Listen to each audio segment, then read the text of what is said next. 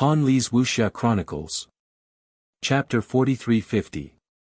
The shellfish demon king's body moved slightly, and a strange primordial spirit stood up from the shell. This primordial spirit was also five-colored, and there wasn't a single strand of hair on its body. It looked like a little monk. However, this little monk didn't have hands or legs, so it was more like a five-colored boiled egg with its shell peeled off. The primordial spirit stood up, and a mouth appeared in the middle. It opened and closed its mouth, saying, "Did you get the jade eyes from Xiaohua last time?" Xiaohua.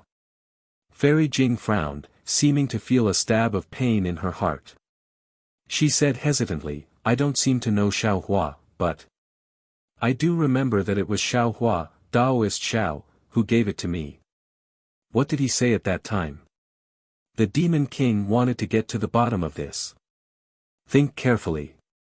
This time, Fairy Jing didn't hesitate at all. She immediately replied, "He asked me if I knew that thing, or if I had seen it before. If I had any information, I could directly send a message to him." "Is that all?" the Demon King asked indifferently. "It should be." Fairy Jing nodded affirmatively. "Although I don't remember what happened before clearly, this matter doesn't seem to be in my lost memories. I can be sure." AI, how troublesome. The Demon King's primordial spirit suddenly swelled several dozen times, and an irritated aura that seemed to fill the entire space swept over, scaring Fairy Jing into trembling slightly. The Demon King said angrily, "I've interrogated you for 100 years, but I couldn't get anything out of you. I thought I could get something out of you when you came, but you actually don't know anything." Interrogate? Fairy Jing was a bit bewildered, looking at the Demon King in confusion. Suddenly, Fairy Jing seemed to realize something, and a trace of ecstasy flashed in her eyes. She said in surprise, "Your Majesty is saying, make a trip to the Heavenly Dam Water Prison. Xiaohua is there. Ask him where he saw that thing. As long as he can tell me, I'll definitely let him out. Moreover, there will be a great reward." His Majesty invited Xiaohua to buy Qingyu. Fairy Jing smiled bitterly. A ball-shaped head appeared on the Demon King's primordial spirit. He nodded and answered vaguely, "I received the ancestors' order to invite Xiaohua. It just so happened that I had the opportunity to invite him to buy Qingyu. Your Majesty has interrogated Xiaohua for over 100 years, but he still didn't say anything. This concubine also doesn't seem to be familiar with Xiaohua. How can I ask him about the ugly truth?" Fairy Jing was a bit embarrassed. "Bullshit." The Demon King scolded, "If you weren't familiar with him, why would he give you such an important jade eye? Over the past few days, there have been many human cultivators trying to sneak into my Bai Qingyu, and a few of them are quite capable. What were they doing here? Isn't it just to save Xiaohua? This Xiaohua really befriended a lot of Dao sect cultivators on Yaotai Mountain, why didn't he give it to them?" Fairy Jing's heart trembled. Thinking of the strange situation outside the Demon King's cave, she immediately understood the purpose of the banquet. However, she still said with difficulty, "But, this concubine really isn't familiar with Xiaohua. How do you know it won't work if you don't try?" The Demon King said impatiently, "Quickly go. You don't have much time left." "Yes." Fairy Jing didn't dare to disobey the Demon King's order. She hurriedly bowed and walked towards the cave behind her. However, she only took a few steps before suddenly pausing. She paused for a moment. However, she only paused for a moment before raising her foot again and walking towards the cave entrance. However, at this moment, Fairy Jing's heart was in turmoil again. The Demon King has interrogated Xiaohua for over 100 years, but he didn't get any information. He must have lost his patience. That's why he organized the banquet to lure the cultivators of the hidden immortal continent who are on good terms with Xiaohua. He can use them to find the information he wants and even use those cultivators to interrogate Xiaohua. The day of the banquet was supposed to be the day Xiaohua was killed. No wonder the Demon King said I don't have much time left. It's all so strange, Xiaohua. Why does this name sound so familiar? But why is my impression of him so vague? I really don't understand what's going on. Who cares, what does Xiaohua's death have to do with me? Fairy Jing thought as she walked to the cave entrance. There seemed to be light outside the cave, causing Fairy Jing to squint her eyes. She couldn't see the situation outside clearly. When she stepped on the light, it immediately turned into a light screen and slowly opened. Fairy Jing walked out of the light screen. She was clearly outside the island again. Fairy Jing looked around. There was still a hazy mist to her left. It didn't seem to have changed since she entered. Fairy Jing didn't move towards the so-called Heavenly Dam Water Prison because she didn't know where it was. A moment later, a snake-like demon flew out from the island and arrived in front of Fairy Jing. He said respectfully, "Fairy, I am under the orders of the Demon King to send you to the Heavenly Dam Water Prison. Thank you for your trouble." Fairy Jing responded faintly and flew with the demon. After flying for a while, a tall mountain peak that looked like a cauldron appeared in their field of vision. Then, there was a deafening roar, and the whistling of flames could be heard. Fairy Jing released her divine sense, but it was blocked by a strange restriction after just a few miles. She couldn't extend it any further. Who?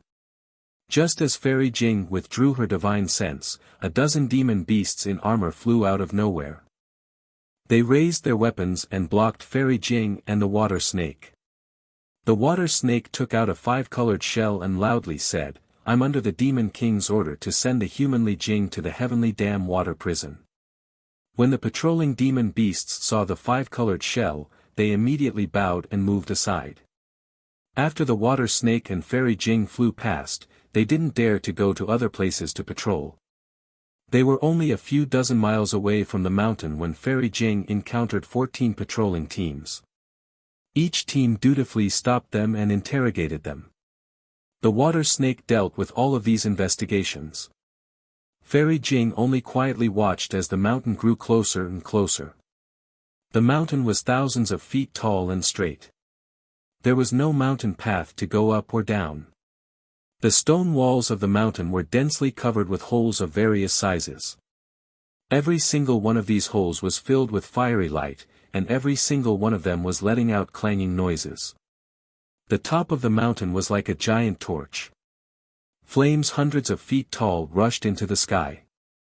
Above the flames, there was nearly 1,000 feet of black smoke billowing. The black smoke gathered in the sky and condensed into a strange ghost head. It didn't dissipate for a long time. Whoosh! Suddenly, an indescribable cold wind blew on Fairy Jing's body. Although Fairy Jing had a protective light around her, she couldn't help but feel cold when the cold wind blew. She couldn't help but shrink her neck and even tug at her clothes. Stop! Seeing that the water snake was about to take Fairy Jing into a huge cave at the bottom of the mountain, a cold voice came from the sky. Fairy Jing's expression didn't change. She slightly raised her head and saw a demonic light rush out from each of the 5 caves. The 5 demonic lights were different.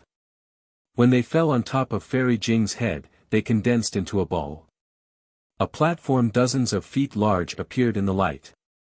A beautiful conch woman stood on the platform and looked at her with vigilance.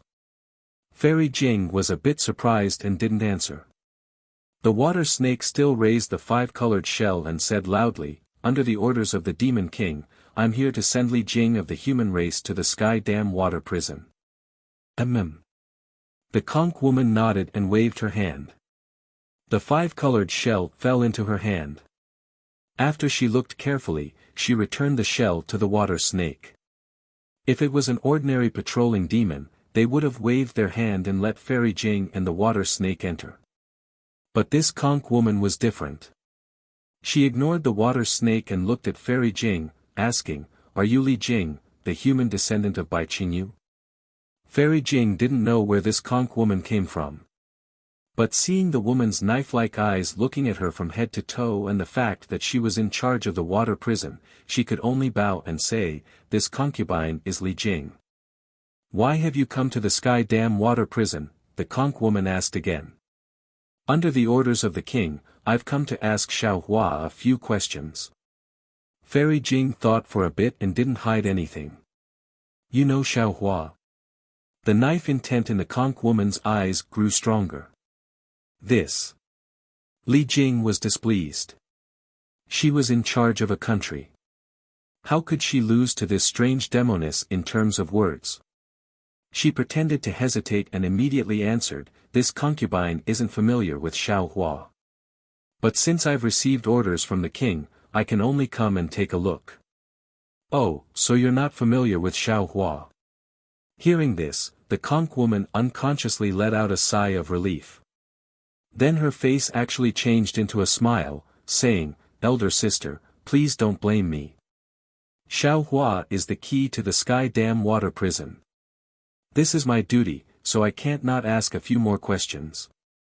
"Hee, it's fine." Fairy Jing nodded with a smile, but she didn't feel that this conch woman was speaking from the bottom of her heart. "Elder sister, please." The conch woman smiled again and waved her transparent little hand. The five-colored platform below her soared into the sky and disappeared into the peak of the mountain. "Fairy, please come with me." The water snake saw this and urged the demon cloud to rush into the cave. Fairy Jing wanted to ask who this conch woman was, but thinking about this so-called Sky Dam water prison, she probably only came here once in her life. She didn't care who this conch woman was. Hiss.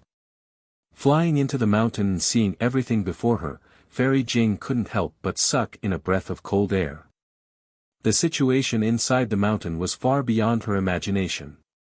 She saw a pillar of fire that directly penetrated the mountain in front of her. Chapter 43:51. The magma and flames inside the pillar of fire roared like crazy, and a series of muffled thunderclaps came from the pillar of fire. The surface of the fire pillar was covered with a thin layer of five-colored halo. Between the five colors of the halo, there were many demonic characters. These demonic characters were like clever tadpoles that swam in the halo. Every time the demonic characters swam, there would be a kind of obscure fluctuation.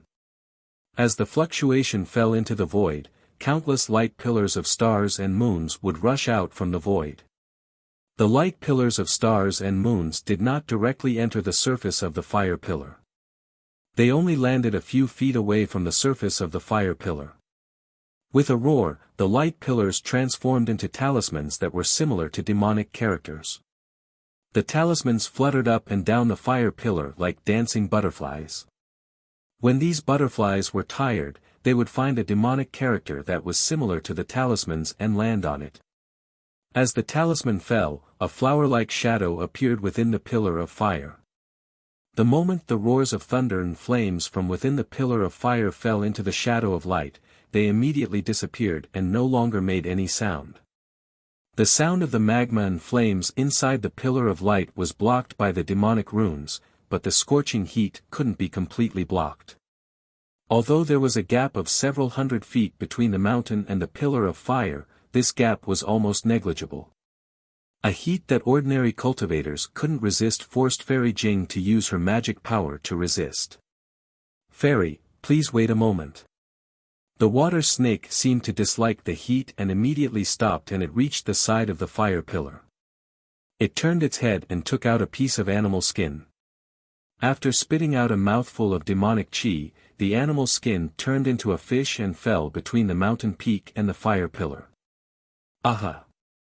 Fairy Jing nodded and released her divine sense. She wanted to look through the entire pillar of fire. However, just as she released her divine sense, she felt a burning pain from her divine sense. She was shocked and quickly withdrew her divine sense. She looked at the pillar of fire in horror and knew how powerful the demonic formation here was. Just at this moment, about 1,000 feet to the right of Fairy Jing, a tortoise-like demon was dragged out of a cave by a few shell-type demon beasts. The tortoise's shell was shattered, and demonic blood flowed out from the cracks and dripped into the air. The demonic blood only dripped for about 10 feet before disappearing into nothingness. A few shellfish demons flew towards the fire pillar for a moment and then stopped. At the same time, they activated their demon powers and threw the tortoise demon towards the fire pillar. At the same time, a shellfish monster gently waved a small flag in his hand. As the demonic light from the small flag fell into the fire pillar, a small vortex appeared in the light of the fire pillar. Countless demonic runes spiraled out of the vortex and covered the turtle demon. He dragged the tortoise towards the fire pillar. Ah!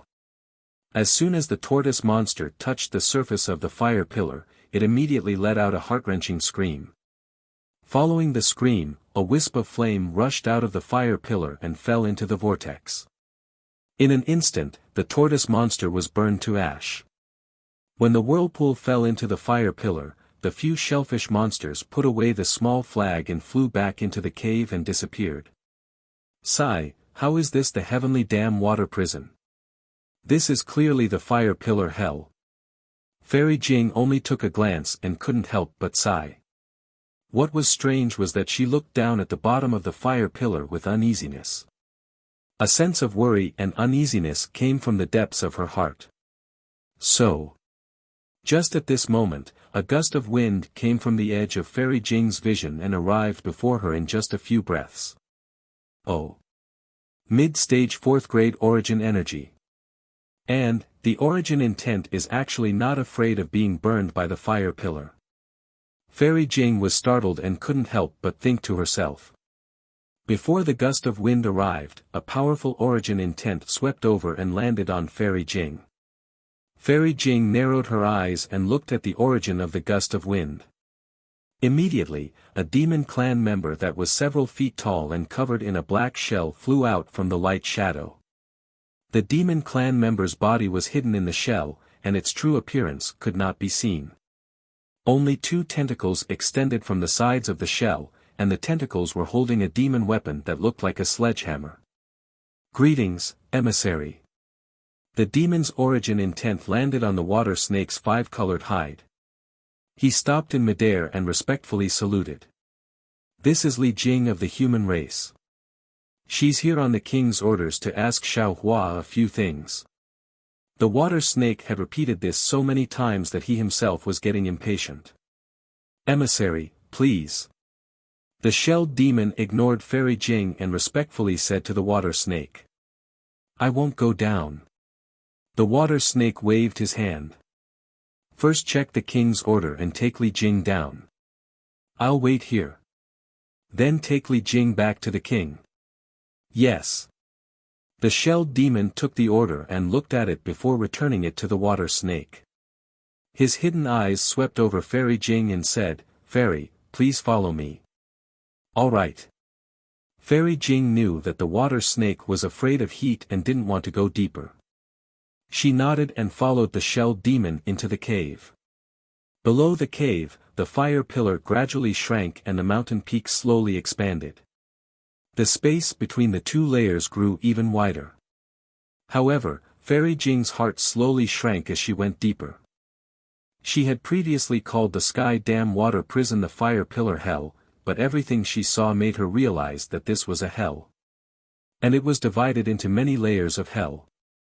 Every 10,000 feet she flew, she would encounter a prison filled with demons and even some humans. From time to time, some demons would be tortured and thrown into the fire pillars to burn to death.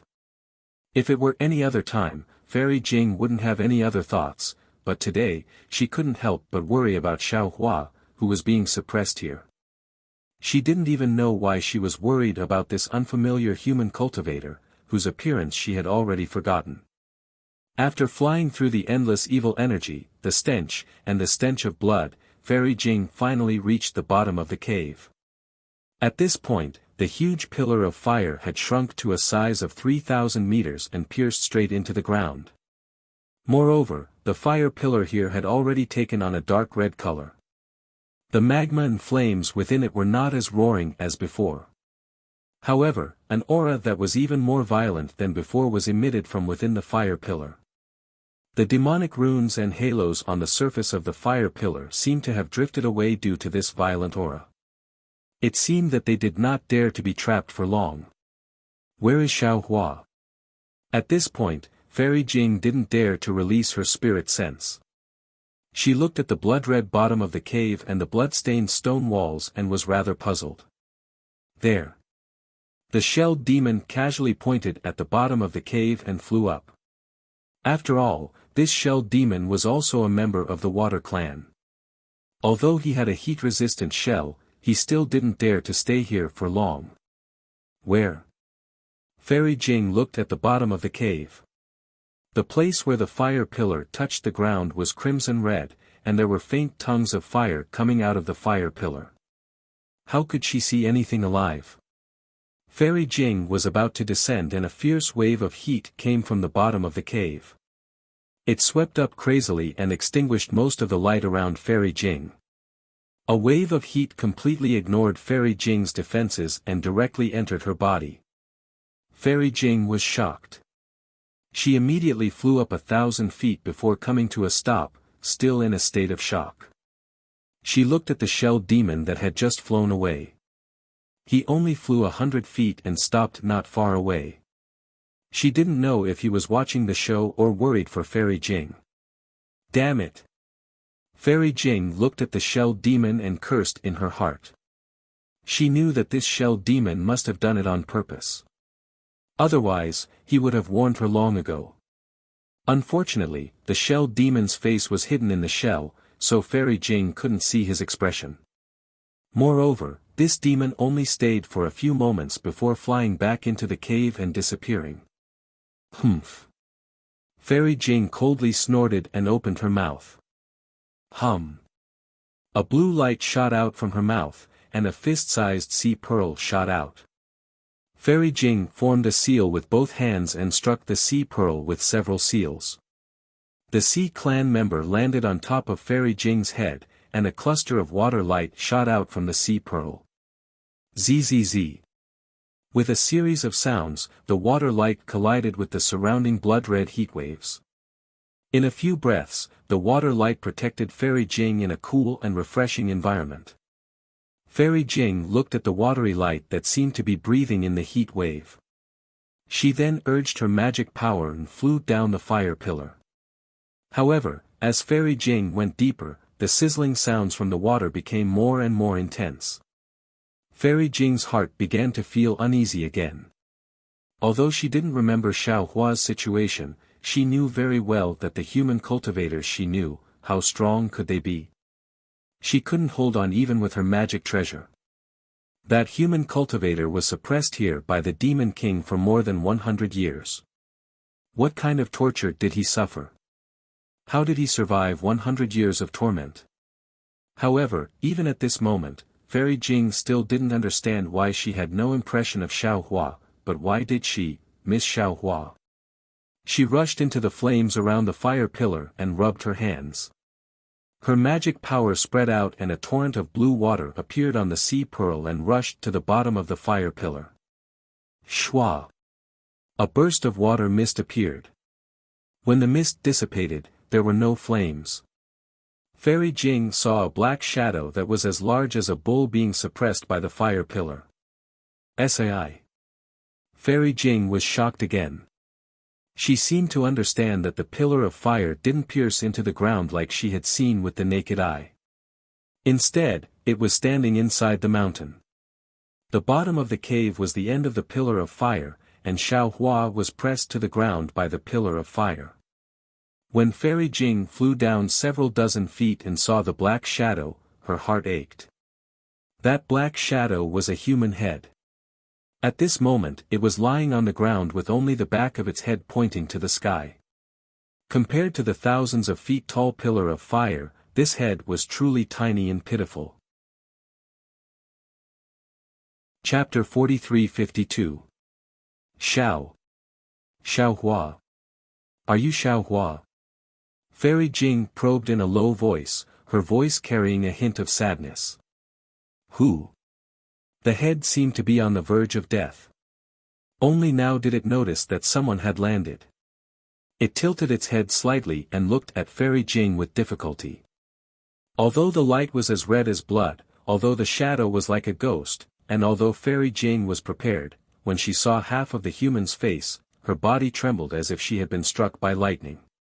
She couldn't help but tremble, and tears began to flow from her eyes. Xiao Hua. Fairy Jing once again called out these 3 words. Although these 3 words weren't any different from the 3 words from a few breaths ago, the concern, heartache, sadness, and surprise were countless times greater. Following these 3 words, the memories from 200 years ago that had been washed away by the water of unruffled love gushed out like a fountain that had almost dried up. Every time a sliver of memory was born, Fairy Jing's heart felt as if it was being cut by a knife.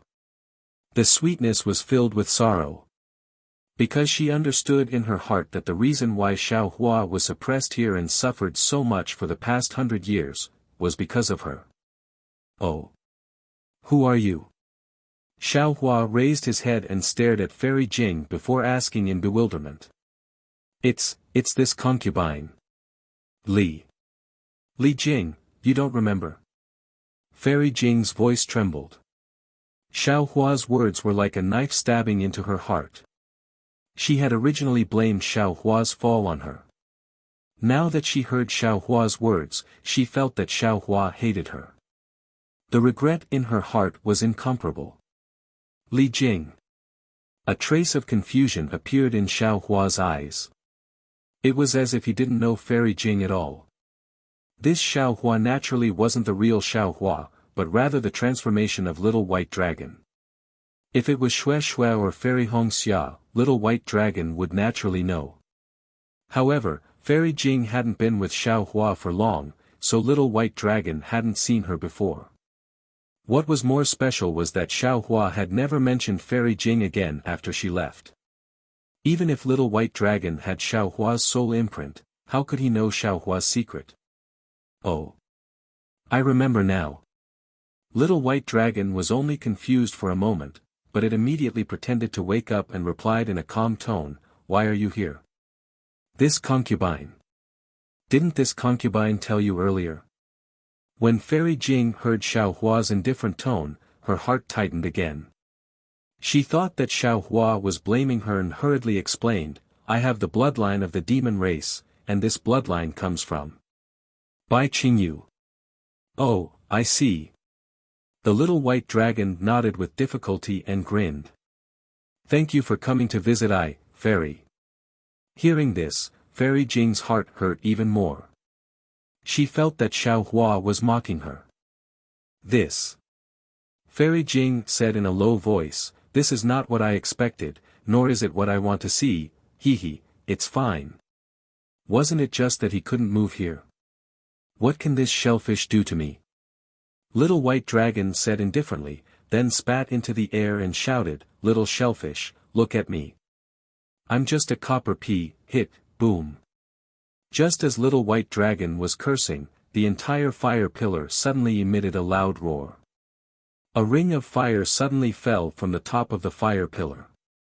However, just as it reached the middle of the fire pillar, a powerful wave of energy came crashing down in all directions. Fairy Jing turned pale with fright and hurriedly moved. Just as she fell into a cave, the ring of fire rushed through the cave, and a powerful wave of heat annihilated most of the water of the ocean pearl. Boom! Right before Fairy Jing's eyes, the ring of fire fell to the bottom of the fire pillar and smashed into Little White Dragon. The entire ground shook, and blood-red flames rushed out from the bottom of the fire pillar within a range of several hundred meters. Roar! Roar! It sounded like a scream, but it also sounded like a dragon's roar. Little White Dragon's voice made Fairy Jing's heart break. The pain was like her heart was being torn apart and sewn back together with needles. Boom, boom, a series of explosions rang out a total of 9 times. The hundreds of feet tall fire pillar crazily shot out 9 times like a purgatory. Whitey's miserable cries became louder and louder each time, rippling within the mountain peak and within the fire pillar. After half an hour, the ring of fire stopped, and the fire pillar gradually calmed down. Fairy Jing flew in front of Little White Dragon again. "Oh. Why haven't you left yet?" Little White Dragon looked at Fairy Jing with a puzzled expression. Suddenly, he realized something and asked, "Do you need something?"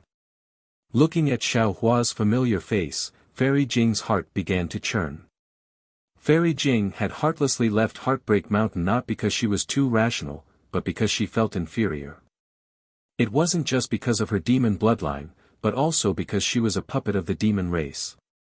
She felt that her status wasn't good enough for Xiao Hua, and she didn't want to bring trouble to Xiao Hua because of her status. But now, what she worried about still happened. Little White Dragon was suppressed and tempered by the fire pillar, and Fairy Jing's heart was also roasted in the fire pillar. However, after being stabbed in the heart, Fairy Jing immediately put away her sorrow and made a decision. She sniffed and asked faintly, "Yes, I came on the king's orders to ask you where you saw the rainbow-colored conch in the jade eye." "Bullshit." Little White Dragon naturally didn't know where Xiao Hua saw the rainbow-colored conch. He only cursed, "I said it a few thousand times, I don't know." But Fairy Jing was terrifyingly calm.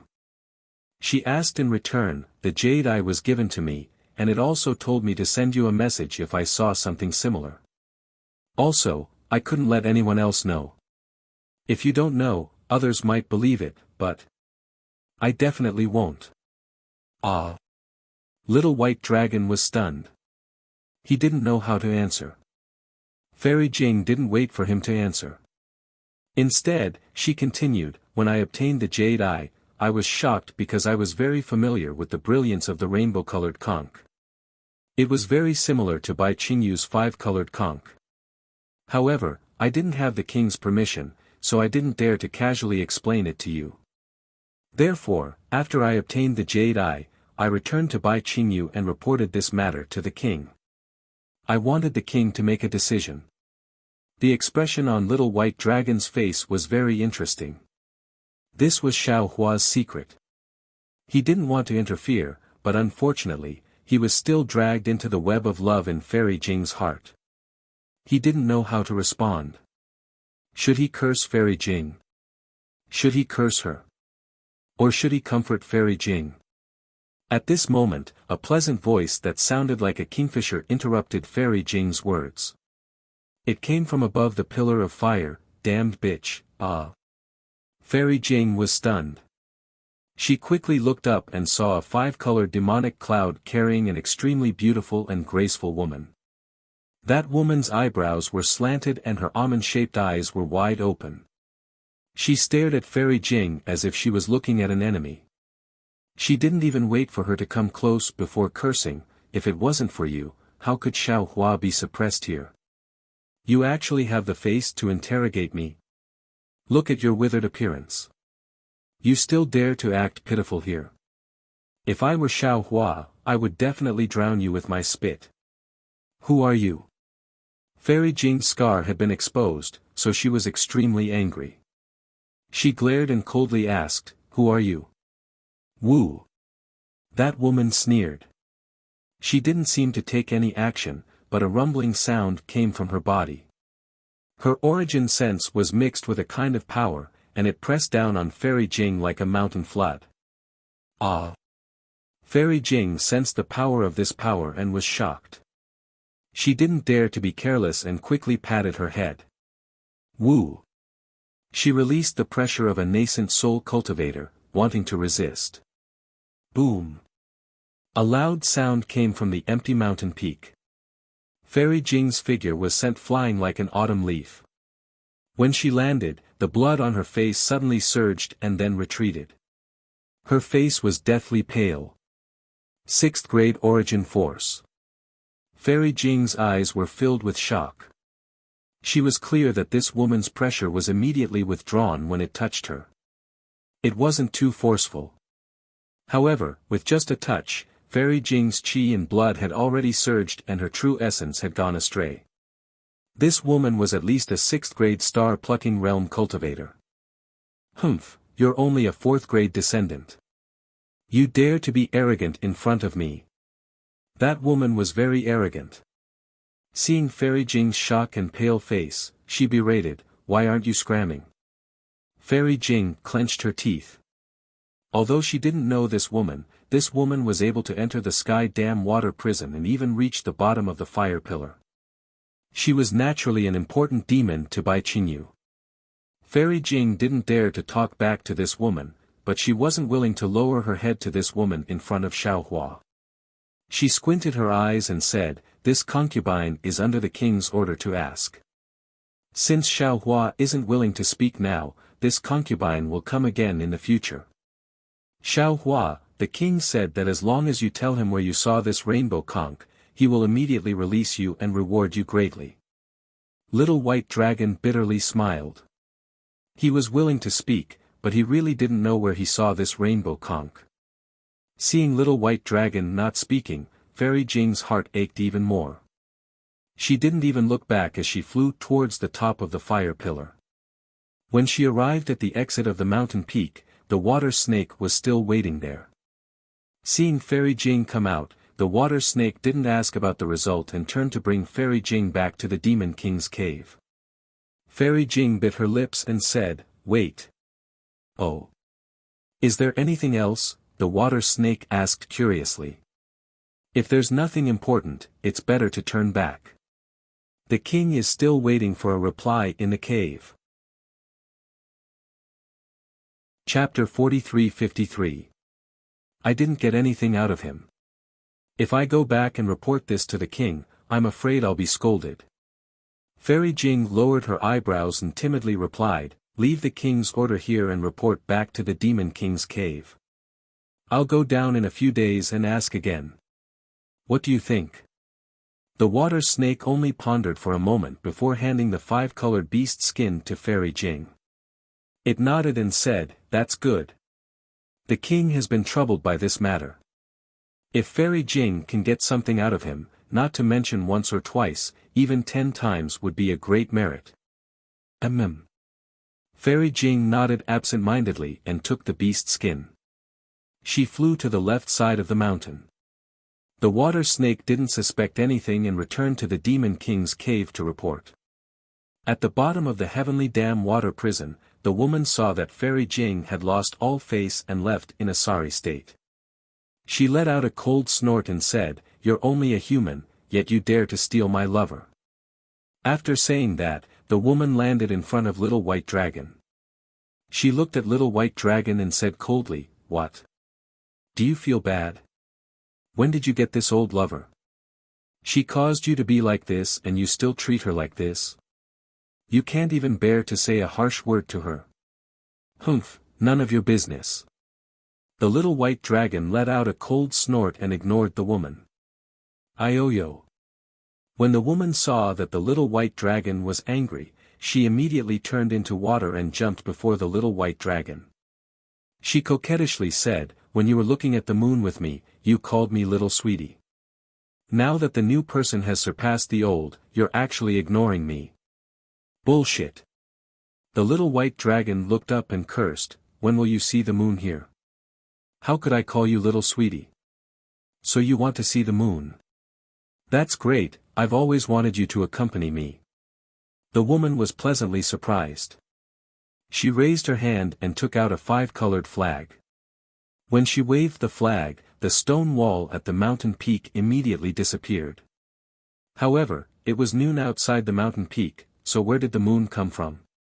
The woman was a bit busy and quickly said, don't rush," although she told him not to rush, her actions didn't seem to be in a rush at all. He hurriedly waved the flag and restored the mountain wall to its original state. Then, he opened his mouth and spat out a mouthful of green light. The green light rushed into the sky and turned into a green full moon. The faint brilliance of the moon sprinkled down like moonlight, brightly illuminating the blood-red flames. The Little White Dragon soldier was unmoved. It looked at Yuhua indifferently and said coldly, "What do you mean by this? Are you trying to show off in front of me?" "Io, Xiao Lang, how would I dare?" The woman was shocked. She quickly opened her mouth and swallowed the green light. She said, "Wait a little longer. It will be night in a few hours." At this point, a strange expression appeared on the woman's face, as if she was about to cry. "What?" Little White Dragon chided. "If you don't let me see the moonlight, darling Shao." The woman was on the verge of tears. "Today seems to be the third day of the lunar month, there's no moon, Little White Dragon didn't say anything. It only snorted coldly. However, this sound was like thunder in the woman's ears. She hurriedly said, "Darling Shao, it's all my fault. Don't be angry with me. Actually, I just casually taught her a lesson. I didn't mean to hurt her, and I'm not jealous. I just think that she's too much. If it weren't for her, how could you have been suppressed here for 143 years and 42 days? Hearing the woman's precise description of the date, a smile appeared on Little White Dragon's face. It replied, "If I wasn't suppressed here, how could I have met you?" Hee, that's true.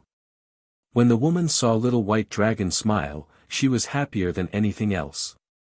She hurriedly flew up from the ground. Her entire body spun a few times in the air as if she was showing off. "Darling Shao, take a look. Don't you like human forms? The human form I transformed into today. Do you like it?" "There's no need to look." Little White Dragon blurted out. "You're the most beautiful in the world.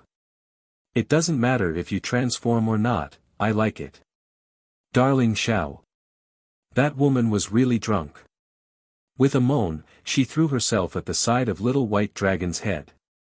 Strangely, when the woman's body leaned against the pillar of fire, the demon runes on the surface of the pillar of fire could not stop her. The woman's body disappeared into the pillar of fire. Then, the entire fire pillar shone with demonic light, enveloping an area of several thousand feet. Several days later, a timid voice came from the demonic light. "Yaoji, the king has ordered you to kowtow in the demon king's cave."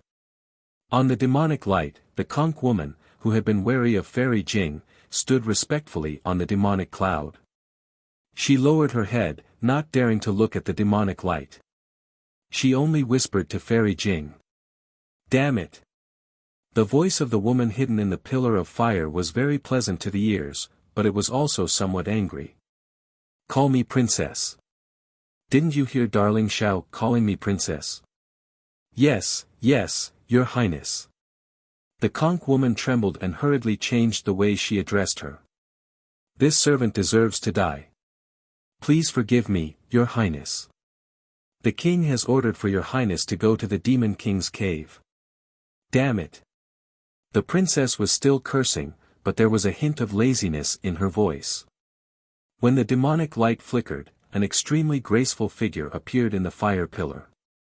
The curves of this delicate body were indescribably seductive, especially at her abdomen, where there was a bulge. Strangely, the woman's skin flashed with a seductive five-colored halo, and the oval on her abdomen had a different color. Little White Dragon didn't miss the opportunity to snort. The woman was startled, and a five-colored halo flashed. A gorgeous set of clothes instantly appeared and tightly wrapped around her body. "Darling Shao, don't be angry." The woman begged in a low voice. "I'm not too familiar with this human's body, wear more clothes in the future. Don't let everyone see everything." Little White Dragon shouted in an imposing manner. The woman replied in a delicate voice, "Yes, darling Shao, hurry up and scram." Little White Dragon roared again. The woman wasn't ashamed of Little White Dragon's scolding. Instead, she smiled sweetly and kissed Little White Dragon's cheek before flying into the air. Looking at the conch girl, she asked coldly, "Who sent the message?" "It's that bitch from a few days ago." The conch girl said indignantly, "She must have said something to the king, and that's why the king summoned Princess Yao for questioning. She doesn't want to live anymore." The woman was furious. "How dare she ruin my plans? I'm going to skin her, pull out her tendons, and let her know how powerful I am." As she spoke, the woman's body flashed with 5-colored demonic light, and she flew toward the mountain's exit. "Io, princess, wait for me." Although the conch girl called out, she didn't fly high. Instead, she strangely turned her head and looked at Little White Dragon. She winked mischievously at Little White Dragon, as if she was proud of herself for sowing discord. "Humph." Little White Dragon raised its head with a lazy smile on its face, but its brows were filled with disdain. When she heard the Little White Dragon's cold snort, the woman, who had already turned her head to look at the Little White Dragon, suddenly stopped. The woman raised her head to look at the sky. After which, she clenched her teeth and suddenly flew in front of the Little White Dragon. She fiercely kissed the Little White Dragon's face and cried out through gritted teeth, "Xiao Lang, you missed me so much." After saying this, the conch girl didn't dare to stay for long. She hurriedly flew into the sky and reluctantly looked at Little White Dragon before she flew out of the cave. Since ancient times, excessive love has left behind only regret. This regret will never end. Little White Dragon's melancholy voice rang out from under the fire pillar. "Heavens, forgive me for my unruly love." Just as Little White Dragon finished speaking, boom. There was a huge roar above the fire pillar. Another ring of fire was born from the peak of the mountain, and it fell down with a huge force. Roar! Little White Dragon howled in grief as a sea of fire appeared. Which Confucian cultivator said that? Pain always comes after pleasure. Damn it, it's too true. The Little White Dragon's sorrowful wails and recitation naturally could not reach the exit of the mountain. However, a figure stood at the exit, watching the endless rings of fire descend. His eyes were already filled with tears, and an indescribable sense of remorse appeared between his brows. When the ring of fire disappeared, this figure immediately took out a 5-colored beast skin and rushed to the bottom of the fire pillar without hesitation. This figure was Xiao Hua's acquaintance, but Little White Dragon didn't know who Fairy Jing was. Outside of the swamp where the Demon King's cave was located, the sky was covered with red clouds. Thin strands of lightning were faintly discernible between the clouds. The muffled sound of thunder was covered by the loud whistling sound of the wind. The wind became stronger and stronger, blowing away the withered grass and breaking the trees. Even the gravel was blown into the air. It was truly a scene of flying sand and rolling stones. The clouds were low and lightning flashed. Crackle. Raindrops mixed with hail began to wreak havoc between heaven and earth. Ga. An eagle's cry came from the horizon. The red clouds that covered the horizon suddenly rolled. A golden-winged grapepeng that was several hundred meters in size spread its flashing lightning wings and revealed its figure in the clouds. This golden-winged grapepeng flapped its wings and a hurricane suddenly appeared. The dense red clouds were immediately blown away by the hurricane and a passage several li in size appeared in the clouds. Rumble. Several bolts of lightning fell and hit the back of the golden-winged grapepeng. Boom. Hundreds of demon characters rushed out from the back of the golden-winged grapepeng. They flickered with golden light and turned into a faint bird shape to block the lightning. Then, the lightning turned into threads of lightning that fell between the golden-winged grapepeng's wings. Woo! The golden-winged grapepeng flapped its wings again and crossed several li in an instant. Chapter 4354. Ha! Brother Peng's ability is indeed powerful. I'm not as good as you. After the golden-winged great rock leaped over the wind and lightning, a slightly hoarse voice rang out from within the gradually gathering red clouds. Following which, a strange whirlwind appeared. This whirlwind was as heavy as a mountain. Although it did not blow a path through the red clouds like the golden-winged great rock, it was still able to sweep away all the red clouds within a radius of several kilometers. Within the whirlwind, a strange demonic beast revealed itself. This demonic beast looked like a dragon, but it was much smaller than a real dragon. It was even a little short and fat. On the demonic beast's back was a pair of wings that did not belong to the dragon race. Below the wings was a particularly protruding abdomen. However, on the demonic beast's head was a single horn that was extremely similar to a dragon's. In the lightning, it gave off an indescribable halo. We are the golden-winged great Peng. Wind and thunder are innate remarkable abilities. How can we compare to a flying feather void beast like you? Whether it's wind, thunder, or earth fire, we can calmly escape through them. The golden-winged great Peng's loud laughter sounded. Although it was humble, its tone was not without pride. Heh heh. The flying feather void beast smiled. Its short and fat body trembled slightly, and the wings on its back flashed. Strange ripples suddenly appeared in the space within the whirlwind. These ripples landed on the flying feather void beast's body, and the flying feather void beast instantly disappeared. A light mark like a wing flashed faintly through the red clouds, and it quickly surpassed the golden-winged great Peng. Damn it! The golden-winged great Peng yelled. I didn't plan to compete with you. What's the point of surpassing me? As he spoke, the golden-winged great Peng flapped its wings again and chased forward amidst the lightning and wind. The two demonic beasts seemed to be even faster than the wind and thunder. In less than half a meal's time, they had already surpassed the area covered by the wind and thunder. A golden light flashed in the golden-winged great Peng's eyes as it looked towards the ground. Then, a powerful origin thought swept towards a swamp like a mountain. Boom! Just as the golden-winged great Peng's origin thought swept across the swamp, a pillar of light shot up into the sky. When the pillar of light landed in front of the golden-winged great Peng's head, Bai Qingyu's body flashed with a five-colored halo as she appeared within the pillar of light. Brother Peng, brother and I. Demon King Bai Qingyu's shellfish, which was hundreds of meters long, a strange voice came from within the shellfish. Peng, Peng, Peng, great Peng's Peng. As soon as Demon King Bai Qingyu's voice fell, a layer of spatial ripples appeared above his head. Bai Qingyu didn't dare to delay and hurriedly moved aside. The flying feather Nikong beast's figure appeared amidst the spatial distortion. Its wings were still flapping slightly. Bai Qing.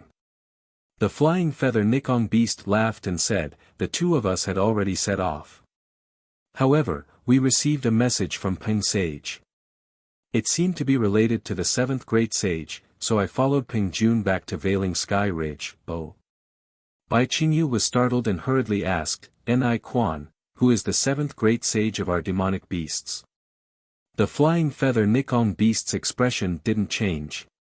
He raised his hand and pointed at the golden-winged great Peng who had stopped behind him. You'll have to ask Peng Jun about that. When the golden-winged great Peng Jun saw that the flying feather Nikong beast had surpassed him, a trace of displeasure appeared on his face. When he saw Ni Quan pointing at him, he said coldly, my ancestor didn't say who it was. How do you want me to tell you? Bai Qing smiled and said, this isn't the place to talk. Two demonic brothers, please come to my Demon King cave for a chat. Please. Ni Quan smiled and glanced at Peng Jun. After a moment of politeness, he followed Bai Qing and descended. The three demonic beasts entered the Demon King cave and took their seats. The water tribe served a banquet. Before the banquet started, Peng Jun looked around and asked curiously, Brother Bai, where's your brother? Why didn't he come out? Could it be that he was defeated by me last time and doesn't dare to come see me? Who knows where he went? Bai Qing glanced at Peng Jun unhappily. After being defeated by you last time, he didn't return to Bai Qingyu. It seems that he heard that one of his descendants got into trouble, so he went to take a look. It's either the hidden immortal continent or the Western Paradise. He's really bold. Peng Jun smiled and didn't ask any more. Then, the three raised their cups and drank. After chatting for a while, Bai Qing looked at Peng Jun again and said with a smile, Brother Peng, I wonder what message Peng Sage sent you. Can you tell me? Peng Jun looked up and asked Bai Qing with a faint smile, Could it be that Bei Sage didn't send any news about the seventh great sage to Bai Qingyu? Sigh. Bai Qing sighed and put down his wine cup. He said, how could Bei Sage send a message directly to me? The message I received was from the star-obscuring lake. Although there's a lot of news from the star-obscuring lake, who exactly is the seventh great sage and where in the 1,000 demonic sacred realm did he become a great sage? Until now, the star-obscuring lake still hasn't given a definite answer. I think my old ancestor is also confused. If Bei Sage is like this, then why isn't my old ancestor? Peng Jun smiled and said, the news I received actually came from Canyue Heaven. It wasn't personally sent by Peng Sage. It's just that brother and I happened to see it, so he made a big fuss about it. Brother Peng, don't blame me for talking too much. Ni Quan hurriedly explained, after all, the seventh great sage's appearance is too strange. From the news from the Xian Space Forest to my ancient Bell Mountain, it can be seen that his ascension to a great sage is much stronger than my old ancestors. That momentum is comparable to our demon race's first great sage, Peng Sage. Therefore, I think your Canyue Heaven might have received more information. Peng Jun pondered for a moment and said, actually, the news from Canyue Heaven this time is also a guess about the seventh great sage's strength. What do you mean? Bai Qingyun ancient Bell Mountain were shocked and stared at the demon monarch of Canyue Mountain. My old ancestor and the other 5 great sages have already gathered in the Great Sage Hall. Peng Jun smiled bitterly. It said that there's already a phenomenon that has never appeared in the Great Sage Hall. This phenomenon shows that, the 7th Great Sage's strength not only surpasses Peng Sage's, but also surpasses all the great sages in the 1,000 demonic sacred realm. X. Ancient sages. Bai Qing and Ni Quan couldn't help but exclaim. That's right. Ancient sages in the past, and it's even possible that there won't be any sages in the future. Peng Jun nodded and looked at the flying feather void beast. He said snappily, this is the reason why I lost my composure when I saw the beast's skin. Presumably, it won't be long before the two of you receive the news from the Xian Space Forest and the obscuring Star Lake. Damn it, how is that possible? Bai Qing looked at Ni Quan and then at Peng Jun. She lowered her voice and exclaimed, although we only control a corner of the demon realm, the 6 great sages have investigated the entire demon realm. How did a great sage appear? They don't know anything about it. What's so strange about that? Peng Jun said disapprovingly. The hidden immortal continent is the world of Confucian cultivators, and the immortal palace has investigated the 9 prefectures. However, didn't the Tao sect have a primordial chaos ancestor? If not for the Buddhist and Confucian cultivators working together and even borrowing the power of our demon race, how could they suppress him? Even if they did, didn't the primordial chaos ancestor escape and harm the Confucian cultivators? Forget it, forget it. Bai Qing laughed and raised his wine cup. The 7th great sage's matter is related to the Great Sage Hall. It's the great sage's effort and has nothing to do with us. When there's news, we'll naturally know. Come, 2 demon brothers, please. Drink, drink. Peng Jun also smiled and raised his cup. We'd better worry about our own matters and help the great sages take care of the trivial matters. Please. The 3 demon kings drank again, and then the women of the water tribe came to dance. After half an hour, Bai Qing waved his hand and the attendants left. He opened his mouth again and said, 2 demon brothers, this time I invited you 2 demon brothers to discuss the banquet. Banquet.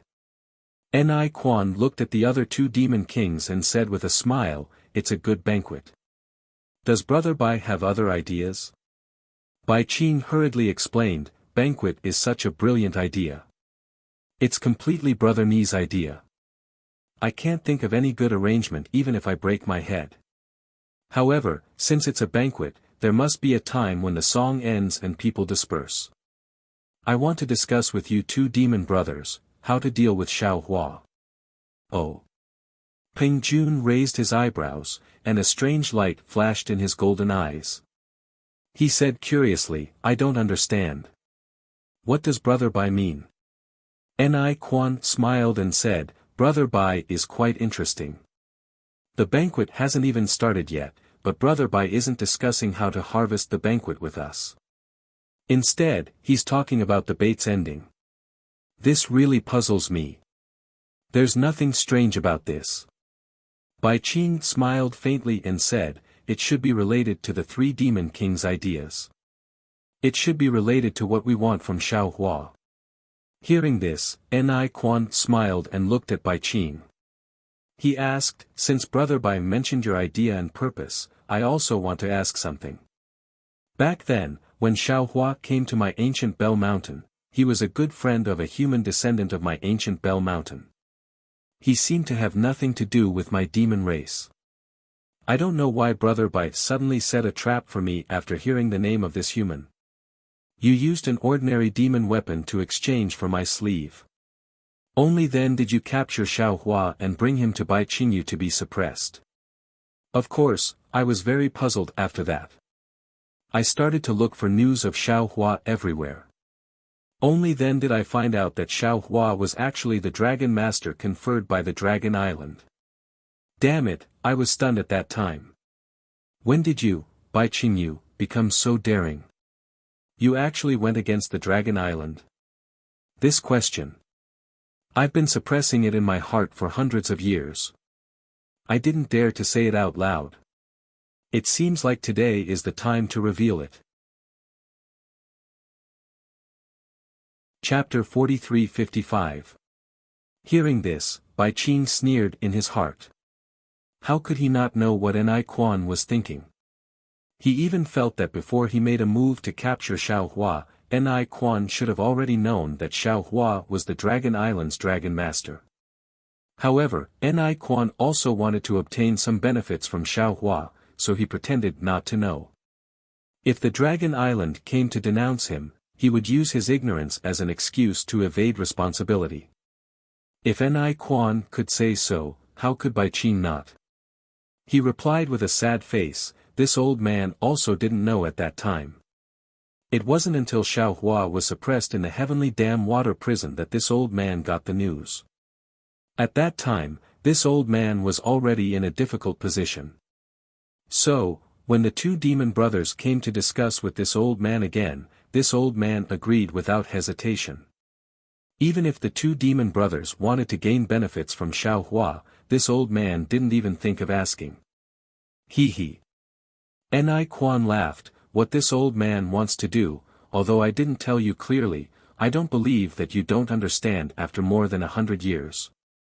Whether this old man understands or not, that's my business. Bai Qing shook his head, what exactly do you want to do? I still need you to say it yourself. I think it's time for ancient Bell Mountain, Bai Qingyu, and concealed Sky Ridge to be frank and honest, right? Peng Jun had been silent all this time. At this moment, he suddenly opened his mouth, Brother Bai, how do you plan to deal with Xiao Hua after the banquet? Kill him? Ni Quan asked with interest. No. Bai Qing shook his head slightly, my ancestor said it herself, ancestor said it? Peng Jun was shocked and said anxiously, how does she know about this? This old man doesn't know. Bai Qing shook his head slightly, his face was also puzzled, and replied, my ancestor wants to search his soul personally. Hiss. Peng Jun heard and unconsciously took a breath, his face showing a difficult expression. Two demon brothers. Bai Qing saw that Peng Jun was in a difficult position and understood what he was thinking. She said, actually, I wanted to search your soul several decades ago. However, because I, Bai Qingyu, made an agreement with the two demon brothers, and the two demon brothers, especially Brother Peng, abided by the agreement when they came to ask for information, I didn't want to break the agreement. This time, I'm discussing the banquet with Brother Peng because of my ancestor's words. I want to make a final effort for you two demon brothers. Sigh, this old man understands. Peng Jun said with a sigh. Many thanks, Brother Bai. Let's do as Brother Bai says. Since the old ancestor has spoken, this old man will have to answer to Tsang Yu Tian when I return. All right. Seeing that Ping Jun had agreed, Bai Qing heaved a sigh of relief and looked at Ni Quan. What about Brother Ni? I don't care. Ni Quan said with a smile, this old man just thinks highly of Xiao Hua's power in the hidden immortal mainland. I want to support him to be the representative of ancient Bell Mountain. You also know that my ancient Bell Mountain is not like Bai Qingyu and concealed Sky Ridge. We don't control much power in the hidden immortal mainland. This Xiao Hua is a Dao sect cultivator, and he happens to be on good terms with a human descendant of my ancient Bell Mountain. If we use him, we can save a lot of energy. I even heard from my human descendant that this guy's strength may be comparable to Grand Mist Ancestor in the future. That's why this old man made a previous agreement with you. If you don't need Xiao Hua, then search his soul. Even if you kill him, it doesn't matter. My human descendant already has a way to deal with this. Bai Qingyu glanced at Ni Quan and said with a smile, your ancient Bell Mountain really has a good idea. This Xiao Hua does have some foundation in the hidden immortal mainland. Since the news of the banquet spread out, more than 10 groups of Dao sect cultivators have come to find and rescue Xiao Hua. After the banquet, this old man will hand over those Dao sect cultivators to your human descendant. Many thanks, Brother Bai. Ni Quan smiled and raised his cup. After the 3 monster kings drank a few more cups, Peng Jun said meaningfully, oh right, Brother Bai, in these years, could it be that Dragon Island or the Dragon Race didn't come to investigate? AI, yes. Bai Qingyu sighed, Xiao Hua is the Dragon Master of the Dragon Race. Not only did the Dragon Island not send any Dragon Race to the Dragon Palace of the Four Seas, this is the reason why this old man has been nervous. This old man didn't dare to relax for hundreds of years, isn't it because I'm afraid of the Dragon Race's revenge? Peng Jun sneered in his heart. How could he believe Bai Qingyu's complaints? He then probed, although Xiao Hua is a human cultivator, his strength is not particularly high, but since Dragon Island conferred him the title of Dragon Master, what? Hearing this, Bai Qingyu was shocked and hurriedly interrupted Peng Jun's words. He said curiously, Brother Peng, say it again. You said Xiao Hua is a human cultivator. Yes. Peng Jun said curiously, Xiao Hua is naturally a human cultivator. You think he's a dragon? But. Bai Qingyu was puzzled and was about to speak when Ni Quan also said with a smile, Brother Bai, of course Xiao Hua is a human cultivator.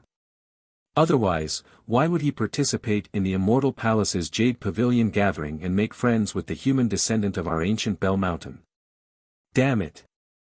Bai Qingyu almost jumped up and said in shock, could it be that we made a mistake? How could it be a mistake? Peng Jun's heart also moved, but his expression was still calm. He said with a smile, Brother Bai, do you still remember the demonic artifact this old man took the first time? Bai Qingyu originally wanted to explain, but after hearing Peng Jun's words, he swallowed his words and said doubtfully, of course this old man remembers. You even activated the demonic artifact in front of this old man and interrogated Xiao Hua. Actually, Peng Jun said with a smile, that demonic artifact is not a demonic artifact, but a soul artifact. This old man didn't interrogate Xiao Hua the first time. This old man was just activating the soul artifact to confirm whether this Xiao Hua is the real Xiao Hua. You're sure? Bai Qingyu was dumbfounded, Xiao Hua is the human Xiao Hua you're looking for. Yes. His soul is Xiao Hua's soul. Peng Jun replied resolutely, this old man can guarantee, but as for how this old man knows, forgive this old man for not being able to say. What the hell, what the hell? Bai Qingyu was greatly surprised, how is this possible? Could it be that you and I, the 3 monster kings? At this moment, a clear voice sounded outside the Monster King's cave, Father. Following this voice, a shell-type monster with a 5-colored halo around her body flew in. That monster called out before she came in, "Father, what's the matter that you're urgently looking for your daughter?" "Io, just in time." Bai Qingyu saw the shell-type monster come in and said loudly, "Bai Bo, come over and tell the two monster kings whether that Xiao Hua is a human or a dragon." This concubine greets the two monster kings. The halo around the shell-type monster named Bai Bo flashed a few times, and then she bowed respectfully. "He, get up." Ni Quan was the least anxious. With a wave of his hand, he helped Bai Bo up and said with a smile, "Brother Bai is so lucky. Your Bai Qingyu's Yao Ji has only not seen you for a few decades, and your strength has increased by a lot. I'm afraid you're about to reach the sun-devouring realm, right? Your Majesty praises me too much." Bai Bo said with a smile, "This concubine is only at the star-plucking realm. There's still a long way to go before I reach the sun-devouring realm. This is my Tsangyue Heaven's monster core. It's most useful for the star-plucking realm water clan. Just keep it." Peng Jun was somewhat impatient. He raised his hand and took out a pill from the universe ring and handed it to Bai Bo, saying, "Tell this king whether that Xiao Hua is a human or a dragon." "Thank you, Your Majesty." Jade Wave happily accepted the medicinal pill, then swept a glance at his father and said, "Xiao Hua is originally from the dragon race. How can he be a human? How is this possible?" Not only did Peng Jun roar, even Ni Quan turned pale with fright. He looked at Bai Qing and shouted, "Brother Bai, how is this possible? Could it be that we three monster kings have schemed for hundreds of years, but in the end, we still can't figure out whether Xiao Hua is a human or a dragon?" "Whether Xiao Hua is a human or a dragon, it doesn't matter at all." Bai Bo was very puzzled. What this old man wants has nothing to do with whether he's a human or a dragon. Moreover, since Xiao Hua is Dragon Island's dragon master, he's naturally a dragon. What's so strange about this? Wrong. Ni Quan waved his hand and said, "Xiao Hua is a Dao sect cultivator. He participated in the Jade Pavilion gathering and even proclaimed himself as a king in Black Wind Ridge. He was once a country's teacher. How can he be a dragon?" At this point, Ni Quan seemed to have some understanding. He pinched his chin and said with a smile, "This old man understands. This might be Dragon Island's trick. But it doesn't matter. Whether Xiao Hua is a dragon or a human has nothing to do with my ancient Bell Mountain. Xiao Hua can't be a dragon. He can only be a human." Peng Jun stood up from the ground and spread his wings. "This has a lot to do with this old man." "Bai Bo." Bai Qing said with a smile, "You're in charge of the Sky Dam water prison. Tell me, is Xiao Hua a human or a dragon?" Xiao Hua is naturally a dragon." Bai Bo said with a smile, "Father, is it because of this that you hurriedly called your daughter over from the Sky Dam water prison? When did this old man call you over?" Bai Qing was stunned and asked back. "Damn bitch." Bai Bo immediately realized and cursed, "She actually dared to scheme against me, who?" Bai Qing asked curiously. "It's that human descendant who took father's Monster King token and went to interrogate Xiao Hua." Bai Bo said while gnashing her teeth. "Li Jing. Why is she?" Bai Qing said curiously. Before Bai Qing finished speaking, another exclamation came from outside the Monster King cave, "King, Yaoji, not good. Something big happened in the Sky Dam water prison." "Not good." Hearing that something big happened in the Sky Dam water prison, Bai Bo didn't wait for the water clan outside to finish speaking. She turned into a 5-colored rainbow and flew out of the cave. Bai Bo was naturally worried about her lover. Bai Qing, Peng Jun, and Ni Quan, the three monster kings, were even more anxious than her. Seeing that Bai Bo had just left, the three monster kings activated their abilities and instantly overtook Bai Bo and rushed towards the Sky Dam water prison. Chapter 4356. Fairy Jing took the five-colored beast skin and flew into the heavenly dam water prison. Her heart was beating wildly, and she silently recited the speech she had prepared beforehand to deal with the patrolling beasts that appeared at any time. However, what surprised her was that when she landed at the bottom of the fire pillar, the back of Xiao Hua's head was faintly visible in the flames. Not to mention that shelled beasts, even the other patrolling beasts, were nowhere to be seen. Fairy Jing naturally didn't know that it was Jadewave's appearance that made these beasts flee in panic. When she faked the Demon King command, those fleeing beasts still hadn't returned. While she was secretly delighted, she landed in front of Little White Dragon. Little White Dragon had just been burned by the five-colored flames of the fire pillar and was currently powerless. He didn't raise his head at all, thinking that Conch Girl or Jade Wave had returned. He mercilessly roared, "Scram! I'm not in a good mood right now." Fairy Jing's peach blossom-like face paled. She whispered, "Xiao Hua." Little White Dragon was stunned. He slowly raised his head, looked at Fairy Jing, and asked curiously, "So it's you. Why did you come back?" Little White Dragon immediately came to his senses and replied with a wry smile, "Although I gave you that jade eye, I have never seen that thing before. Because, it's used to refine magic treasures, I had you look for it. Even if you personally came to ask me, I wouldn't know about that thing. Xiao Hua, do you still resent me?" Fairy Jing didn't pay attention to Little White Dragon's explanation. She only stared blankly at Xiao Hua's familiar face and asked word by word. "No, absolutely not. How could Little White Dragon find trouble for Xiao Hua?" He replied without hesitation. Then why did you?" Fairy Jing still asked with hidden bitterness. Little White Dragon was now an old dragon that could move unhindered among flowers. Under Jadewave's torment, he already had a silent response to this question. He hastily replied, "I didn't ignore you. It's not like I don't know you. Why don't you think about it? Where is this place? Can I rashly say that I know you? Can't I protect you?" When Fairy Jing heard this, she couldn't help but smile. This smile was truly like 100 flowers blooming. Even the resplendent sparks in the surroundings couldn't compare. To be able to hear those words from my dear Xiao before leaving this filthy world, this concubine is already perfectly satisfied. Although Fairy Jing's tone was exceptionally calm, her gaze was fixed on Xiao Hua as she muttered to herself, "This concubine has lived in this world for so long. Apart from Xiao Hua, this concubine has never met another person as pure as Xiao Hua, who is as pure as crystal."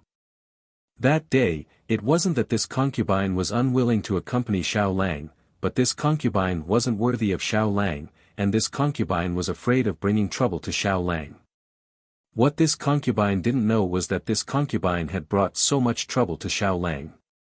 This is all this concubine's fault. This concubine is willing to make up for this mistake. I only hope that Xiao Lang can forgive this concubine. With that, Fairy Jing stretched out her hand and touched the back of Little White Dragon's head. Her cherry-red lips touched Little White Dragon's cheek. Damn it! Little White Dragon was dumbfounded. He hurriedly retreated and shouted, Don't, I'm not." Fairy Jing's face turned even paler when she saw Little White Dragon running away. She bit her lip and said, "Darling Xiao, I know you won't forgive me, but..." Although this concubine didn't do it on purpose, it's still the biggest mistake this concubine has made in her life. Moreover, this concubine is very regretful right now. This concubine shouldn't have drunk that unruffled water. Let me ask you, what is love in this world? It makes people want to live and die for it. How can a love that doesn't even care about life and death be washed away by a handful of water? If it wasn't for that unruffled water, this concubine would have been able to think of you day and night for the past 200 years. That would have been such a beautiful thing. That. Little White Dragon opened his mouth and wanted to transmit his voice. However, he was suppressed by the pillar of fire and couldn't use his dragon power. He could only shout, "I'm really not Xiao Hua." The real Xiao Hua is your lover. I don't know where he is, you still won't forgive me. Fairy Jing's face was ashen. She stared blankly at Little White Dragon's familiar face and said, although this concubine has already drunk the unruffled water, your voice and smile have already been imprinted in this concubine's heart. Seeing your face, this concubine's heart is beating wildly, damn it.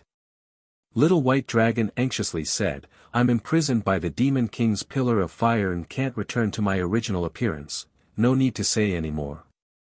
Fairy Jing said faintly, Xiao Lang, whether you forgive me or not is no longer important. While speaking, Fairy Jing opened her mouth. Pooh! The heart shell fell into the air. The moment it appeared, it immediately emitted a 5-colored halo. This light was like Fairy Jing's heart that was crying blood. It flickered and condensed into 5-colored dots that fell from the heart shell.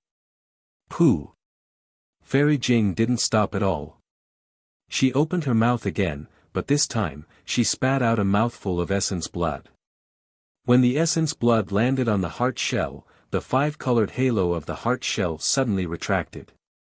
A blood-colored heart shell emitted a blood-colored brilliance in the air. What are you doing? Little White Dragon didn't understand. Fairy Jing ignored Little White Dragon and raised her hand again. Whing! A nascent soul wearing soft armor rushed out of the door with an even smaller sea pearl in his hand. Whing whing! The blood-colored heart shell emitted a huge rumbling sound before finally exploding with a bang. When the blood-colored heart shell exploded, Fairy Jing couldn't help but moan.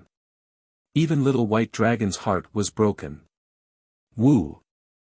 After the blood-colored heart shell exploded, Fairy Jing's nascent soul opened its mouth and sucked in all the blood mist. Boom boom! Thunderous sounds flashed around the nascent soul. The strange runes on the heart shell appeared one by one. However, the runes weren't 5-colored, but blood-colored. The nascent soul crazily expanded in the blood-colored light and the thunderous sounds. In an instant it was more than 10 feet tall. Xiao Lang! Fairy Jing suddenly cried out, this time, we will be separated by life and death. Even if I have thousands of thoughts, they will all turn into a flower in the yellow springs. I will have no one to complain to, damn it. Seeing the nascent soul emitting obscure waves, Little White Dragon suddenly realized and said in surprise, You want to break the seal. You are really too whimsical. Even Jade Wave doesn't dare to break this seal. You think you can break it? You are throwing away your life for nothing. Xiao Lang, this is all I can do. Goodbye. Fairy Jing's eyes were filled with tears as she said sadly, I finally understand the thoughts of the sister in your story. I only want to reincarnate and not be a descendant of the demon race. I only want to be a clean person. Even if I don't have any cultivation, I only want to live a quiet life, roar. Little White Dragon angrily roared. His entire dragon body powerlessly struggled within the pillar of fire, but the flames within the pillar of fire didn't even move. Little White Dragon shouted, Idiot, don't do anything stupid. I'm really not Xiao Hua, I'm Xiao Hua's good friend, my name is Little White. Really. Unfortunately, at this time, not to mention Little White Dragon couldn't restore his dragon body, even if he did, how could Fairy Jing still believe him? Sometimes, when the fake is real, the real is fake. Pooh! Fairy Jing took one last look at Little White Dragon's face, her eyes filled with reluctance. Then, she slapped her head. Blood splattered, and Fairy Jing's entire body collapsed. Following the collapse of her body, that several zhang long nascent soul fell with a loud rumble and merged with her flesh. Damn it! Little White Dragon powerlessly raised his head and muttered, how should I explain this to Xiao Hua? Whing. After Fairy Jing's nascent soul merged with her flesh, her nascent soul released a powerful rumbling sound. Her pressure quickly broke through from the nascent soul realm to the out-of-body realm, another infatuated, brainless woman. Little White Dragon looked at Fairy Jing's nascent soul and shouted, "Even if you give up your life, you are only at the edge of the 5th level. How can you break the seal with this kind of shallow strength? You should hurry and stop. Although you are only left with your nascent soul, you still have your life. With Xiao Hua's ability, it's not impossible." Unfortunately, before Little White Dragon could finish speaking, the blood-red runes around the nascent soul burst open again. Fairy Jing's nascent soul spirit body collapsed, and the entire spirit body crashed into the ocean pearl that had been hovering above the nascent soul's head. One. When the nascent soul rushed into the ocean pearl released an even louder rumbling sound. Waves of dark green water rushed out from the ocean pearl and fell into the air. Beautiful scenes of the sea appeared in the light. There were waves of blue waves, or fishes leaping and birds flying, or thousands of layers of snow, or thousands of miles of sea. Previously, it was still hot, but now, it was instantly cool. Moreover, when the waves of water fell into the fire pillar, the fire runes and 5-colored halos on the fire pillar all retreated, and the fire pillar's trembling was still frozen. Gotcha. The moment the waves of water spread to the fire pillar, a blood-colored crack appeared on the ocean pearl. The entire ocean pearl shattered, and the blue water mixed with the blood runes turned into monstrous remorse and crazily crashed into the fire pillar. Boom! Inside the heavenly dam water prison, the entire fire pillar was trembling. It was as if the raging fire had succumbed to Fairy Jing's remorse. Wherever the blue water touched, a loud rumbling sound could be heard. The red fire pillar was frozen inch by inch. What was special was that at the bottom of the pillar of fire that was suppressing the Little White Dragon, the threads of blood dyed the entire pillar of fire. The threads of blood were mixed with a 5-colored halo, and they quickly seeped into the pillar of fire. The immovable restriction that was like a mountain suddenly showed signs of loosening. Roar! Little White Dragon was overjoyed and let out a roar. The dragon energy in its body suddenly surged. Boom boom. The fire pillar suppressing Little White Dragon was slowly lifted up by Little White Dragon. The entire heavenly dam water prison was trembling. Chapter 4357. Damn it! How could such a large commotion from the bottom of the fire pillar not attract the attention of the demon race? The armored demon appeared out of nowhere.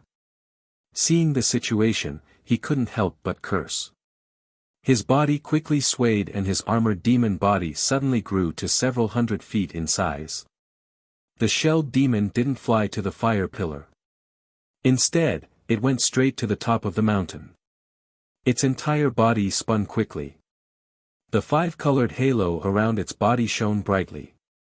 It turned into a pillar of light that fell into the fire pillar. Woo! Where the 5-colored halo landed, the fire pillar responded. All of the 5-colored runes flowed on the surface of the fire pillar and rushed down the fire pillar. As the runes rushed in, the flames and runes that had been frozen by Fairy Jing's sea pearl began to jump again. Break! The shelled demon had just calmed down when he heard a dragon voice coming from below the pillar of fire.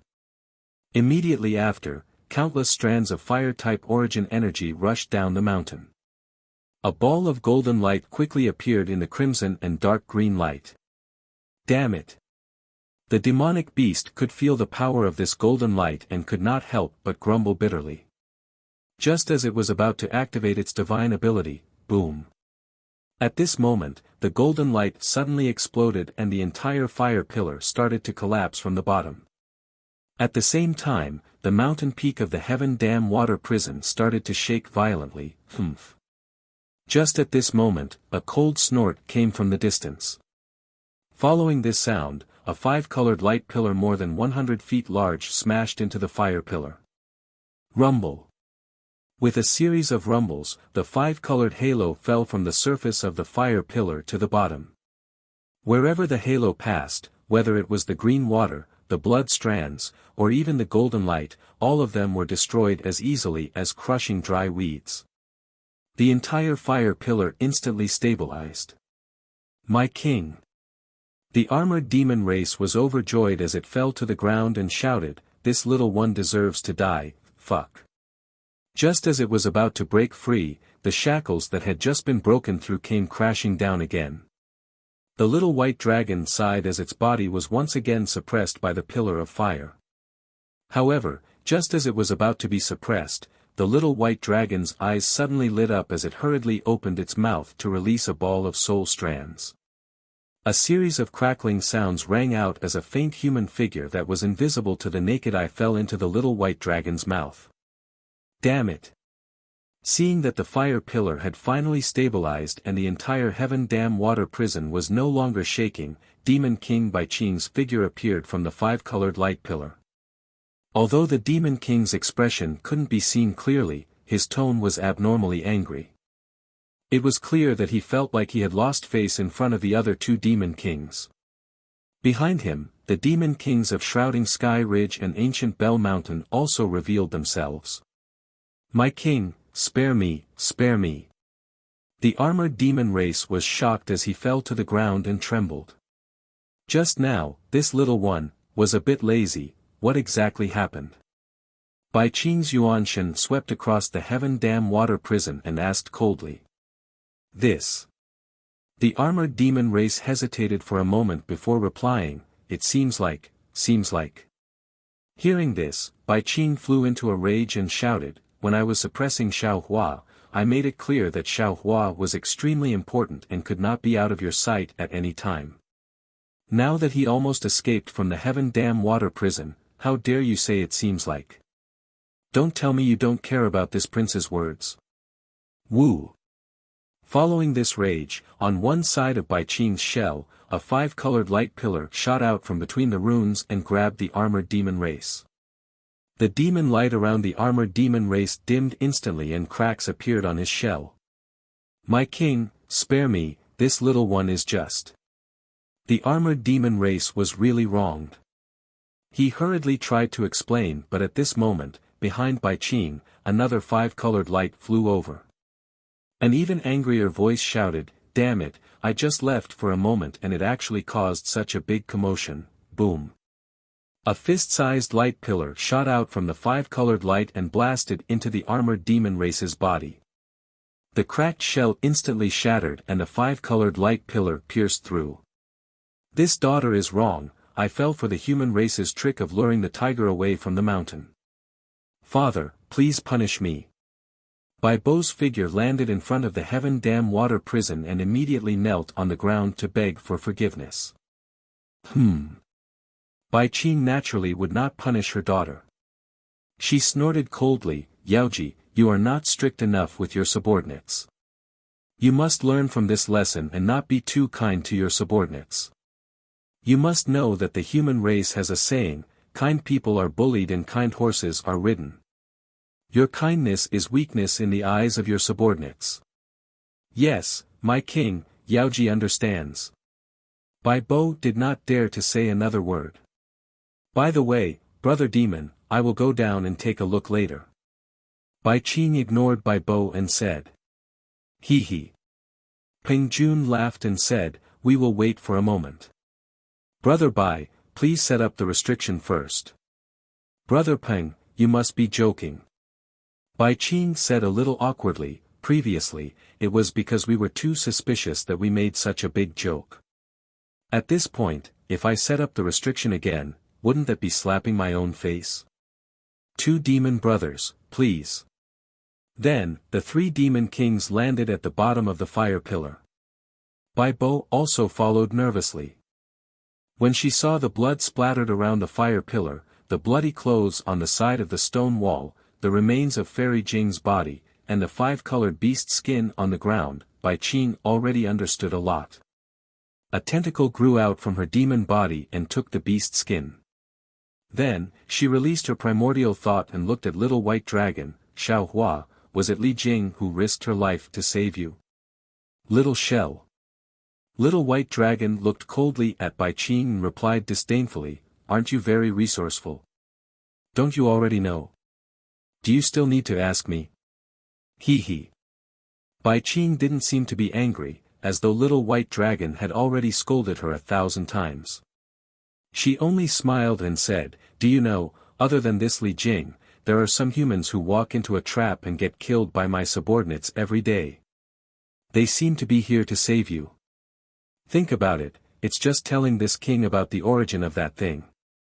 It won't harm you at all, nor will it affect you in any way. Why don't you say it? Today, Li Jing died. Tomorrow, there will be Wang Jing, Chen Jing, and all the girls who like you will die in front of you. Do you think this is interesting? Little shell." Little white dragon laughed. "I have told you countless times. I don't know the origin of that thing at all. Li Jing's jade eyes weren't given by me at all. Where do you want me to find that thing for you? Besides, there's a saying in the human race. It's called, 'Death might not be scary, but it's scary that death is as light as a feather.' Li Jing died for the love in her heart and for Xiao Hua's survival. Her death is as heavy as a mountain. She died without regrets. This kind of death can move heaven and earth. Damn it." Bai Qing, who had been cursing Fairy Jing countless times, heard little white dragon's words and felt endless jealousy in her heart. However, what was extremely rare was that other than this jealousy, there was another feeling in her heart. She's just a descendant of the human race. She overestimated herself. If she dies, then so be it. Bai Qing keenly understood the meaning in little white dragon's words. She waved her hand and said, "From what I heard, the jade eyes she gave to me, weren't given by you. Then, you, aren't Xiao Hua." "Who said I wasn't Xiao Hua?" Little white dragon looked around, his gaze sweeping over Ping Jun, Ni Quan, Bai Qing, and even Bai Bo. A faint smirk appeared at the corner of his mouth. "Each and every one of you has asked this poor Taoist for several hundred years, and one of you even checked with a soul tool. This poor Taoist is naturally Xiao Hua. Enemy." Seeing little white dragon smirk, Bai Qing cursed inwardly. All the bones in her body went limp, and the jealousy in her heart instantly disappeared without a trace. "Xiao Hua, are you a human or a dragon?" Ping Jun restrained his temper and asked. "What do you think?" Little white dragon didn't answer. Boom! Bai Qing's tentacle of light waved, and the several hundred feet tall pillar of fire instantly became transparent. Little white dragon's body was revealed in the flames. Immediately, the entire pillar of fire shook again, and a ring of fire fell from above. Right around little white dragon's body, crimson-red flames mixed with a five-colored halo were born again. Roar! Little white dragon roared, and that human-shaped shell was burned into a huge dragon body. Sigh. Following Ping Jun's sigh, Bai Qing raised her hand and the pillar of fire disappeared. Little white dragon's body was covered in flames. Ha, ha. Little white dragon's painful expression was somewhat ferocious. He seemed to know that he couldn't hide it anymore. While groaning, he laughed and said, "Ridiculous three little things, really pitiful. It's just a truth, and I hid it from you for hundreds of years. You say I'm smart. Or you're stupid. What do you two demon brothers say?" Bai Qing ignored little white dragon's sarcasm and turned to ask Ping Jun and Ni Quan. Ni Quan's expression didn't change, and he replied indifferently, "I don't care. A dead Xiao Hua is more useful than a living Xiao Hua. Also, I suggest that you don't need to deploy guards around Bai Qingyu anymore. Let those humans with evil intentions come in. We might as well hold a banquet and catch all of them in one fell swoop." Ah! Beside him, Bai Bo was shocked and hurriedly asked, "Father, you want to kill Xiao Hua?" N. Bai Qing looked at Bai Bo dotingly and responded, waving her hand to signal her not to speak. Ping Jun's expression was a little ugly. He thought for a moment and shook his head. "Since this guy is from the dragon race and not Xiao Hua, I have to report to Tsang Yuetian first. I hope Brother Bai won't make a move before I get the news from Tsang Yuetian." "Of course. However, I don't know how long Brother Peng will need. Bai Qing knew that this matter concerned Song Yuetian and he had to report to Star Concealing Lake, so he asked a few more questions. Chapter 4358. Since this guy isn't Xiaohua, but a dragon, I'm afraid this is no longer something I can decide. Peng Jun didn't answer directly. Instead, he gave an ambiguous answer before cupping his hands. I'll take my leave first. I'll immediately send the Sky Concealing Ridge's demons to assist Brother Bai. However, before Peng Jun could fly up, a faint light shone from high up in the Sky Dam water prison. A palm-sized beast skin landed in front of Bai Qing. Bai Qing was a little surprised. He knew that if it was an ordinary matter, his subordinate wouldn't dare to send it. There must be important information in this beast skin. Bai Qing nodded slightly at Peng Jun, and his consciousness entered the beast skin. Peng Jun was displeased.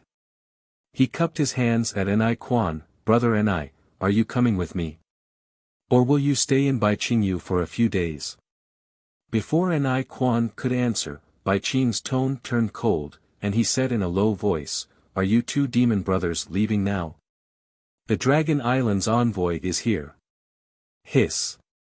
Peng Jun and Ni Quan both sucked in a breath of cold air and exclaimed, Dragon Island actually really sent an envoy over? That's right. Bai Qing answered, the dragon envoy is 100 miles away from me. Hee, is the dragon envoy waiting for us to welcome him? Peng Jun sneered, the Dragon Island is really arrogant. Not only that. Bai Qing waved the beast skin in his hand and smiled. The dragon envoy said that if I, Bai Qingyu, suppress the dragon master of the dragon clan, he'll definitely massacre Bai Qingyu. Brother Bai, are you scared? Peng Jun asked with a faint smile. If it was yesterday. Bai Qing smiled, and answered, I would have already flown to the Star Concealing Lake to ask for help. But today, what do I have to be scared of? I even want to know, if this guy isn't Xiaohua, then who is he? What's his relationship with the Dragon Master and Xiaohua? Even if it was yesterday, would Brother Bai run away? Ni Quan asked with a smile. Of course. Bai Qing said seriously, after the Thousand Demons' sacred realm, the Great Sage Hall doesn't fear the Dragon Island. Even the Star Concealing Lake has to avoid the Dragon Envoy of the Dragon Island. Unless Xian Kong Forest isn't scared. Scared, how can I not be scared? Ni Quan hurriedly replied, the Dragon Island is the island of the Dragon Clan. It commands all the dragon clans in the world. No one dares to disobey. Although there are many demon clans in the Thousand Demon Sacred Realm, which demon clan can compare to the Dragon Clan? Let's not talk about Dragon Island's orders. Even if it's the Dragon Palace of the Four Seas orders, few demons in the Thousand Demon Sacred Realm would dare to disobey, right? Bai Qing said with a smile. That might not be the case. Peng Jun, who had been silent all this while, smiled faintly and said, Dragon Island has been high and mighty for a long time now. I'm afraid it's no longer down to earth. If not for the support of the Dragon Palace of the Four Seas, when he spoke up to this point, Peng Jun stopped. On the other hand, Ni Quan blinked his eyes and smiled. Brother Peng, what do you mean by that? Forgive me for being inferior to the human race, but I can't understand the meaning behind it. This old man didn't say anything. How could Peng Jun say anything else? He looked at Bai Qing and smiled. Brother Bai, are you going to leave the Dragon Envoy of Dragon Island outside? Bai Qing looked at the two demon kings and smiled. How would this old man dare to neglect the Dragon Envoy? Aren't I waiting for the two demon brothers to come with me to welcome the Dragon Envoy of Dragon Island? Let's go together, let's go together. Ni Quan smiled.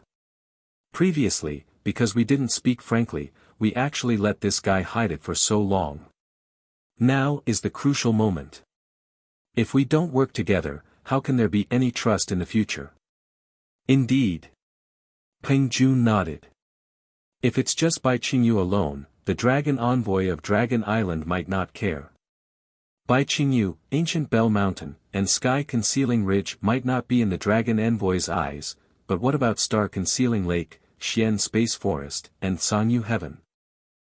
This old man doesn't know. If Brother Peng wants to know, you can ask the dragon envoy of Dragon Island. Bai Qing laughed loudly and flew to the exit of the heavenly dam water prison. Peng Jun and Ni Quan also caught up. Bai Qing's body moved a little. He looked at the little white dragon, but in the end, he didn't follow. After the 3 demon kings left, that conch girl flew over timidly. Looking at Bai Qing, she lowered her head and didn't dare to speak. Darling Xiao. Bai Qing looked at the little white dragon's face and didn't know what to say. He only called out and then hesitated. You're actually not Xiao Hua. You've deceived me for so many years. Alas, Bai Qing. The little white dragon sighed. It's not that I want to hide it from you, but I don't want to make things difficult for you. If you knew that I'm not Xiao Hua, what would you do? Hide it from that little shell, or tell it? Besides, whether I'm Xiao Hua or not, it doesn't matter. I still only have you in my heart. Humph. A sweet smile appeared at the corner of Bai Bo's mouth, but she still snorted coldly. What little shell? That's my demon king, Bai Qingyu's father. Speaking until here, her gaze was like lightning. She glanced at the conch girl and said, Do you only have me in your heart? If it's only me, I'll kill this little slut right now. Yao. No, your highness, spare me. The conch girl's expression changed greatly, and she hurriedly knelt down in midair. What's the point of this? The little white dragon said in a low voice. I won't live for more than a few days anyway. Why do you have to make my heart ache? Bai Qing pursed her lips, not knowing what she was thinking. She then asked, that human slut just now, did she really die to save Xiao Hua? N. The little white dragon nodded and told her what happened just now. He then warned, no matter what, Li Jing died for Xiao Hua. In the future, you absolutely can't call her slut. Of course, as long as she has nothing to do with you. I'll call her Fairy Jing now. Bai Qing replied with a laugh. The little white dragon glared at her and said, You'd better scram. In a while, your father and the 2 demon kings, as well as the dragon envoys from Dragon Island will come. Don't attract their attention. You care so much about my comfort. A sweet smile appeared on Bai Qing's face as she asked. Of course. You're my little sweetheart. Whether there's a moon or not, I'll sing in your ear in a low voice. I hope you'll have a peaceful life and a happy life. The little white dragon's sweet words came easily. You're such a sweetheart. Bai Qing pouted coquettishly. She wanted to pounce over and take a bite, but in the end, she was afraid of any accidents. She stomped her feet and turned into a ray of light, rushing towards the entrance of the cave. The conch girl also jumped up from midair, stuck out her tongue at the little white dragon, and also flew up. After less than an hour, outside the water prison, a loud and clear dragon roar could be heard from the horizon. The dragon envoys from Dragon Island arrived on clouds. Although Peng Jun, Bai Qing, and Ni Quan were trembling with fear, guarding outside the water prison, not knowing how the dragon envoys from Dragon Island would deal with the little white dragon when they saw him, the little white dragon was very clear that his name was not legitimate. There was no record in Dragon Island's dragon policy. The dragon envoys would definitely not fall out with Bai Qingyu because of him. But too bad, although the little white dragon was somewhat prepared, the reality still told him that he had been overthinking things. The majestic dragon envoys landed on the ground alone, waving his hand and extinguishing half of the flame pillars. The dragon envoys looked at the little white dragon's dragon form, then asked him 2 questions expressionlessly. The first one was, Are you Xiao Hua? The second one was, Are you Reverend Yun? To these two questions, the little white dragon only had one word to answer: no. Then, the dragon envoys once again controlled his dragon body and flew towards the entrance of the mountain with an expressionless face. The little white dragon's self-esteem was severely trampled. He could not help but cry out anxiously, "Dragon envoy, although I'm not Xiao Hua, I'm his old acquaintance, and I'm also Reverend Yun's brother. How can you just leave like that, and ignore my life and death?" The dragon envoys were about 1,000 feet high in the sky, but when they heard the little white dragon's words, they hesitated for a moment before stopping. Then, they turned and said, "I'm here on the order of the elders of Dragon Palace to investigate. If you are Xiao Hua or Reverend Yun, Dragon Island will rescue you, even if it means having to fight with the sacred realm of thousand demons. But too bad, you are not Xiao Hua, neither are you Reverend Yun. So, why should I rescue you? But, before I leave, I'd like to give you a piece of advice. Wherever you go, please strictly abide by the local laws, and respect the local customs.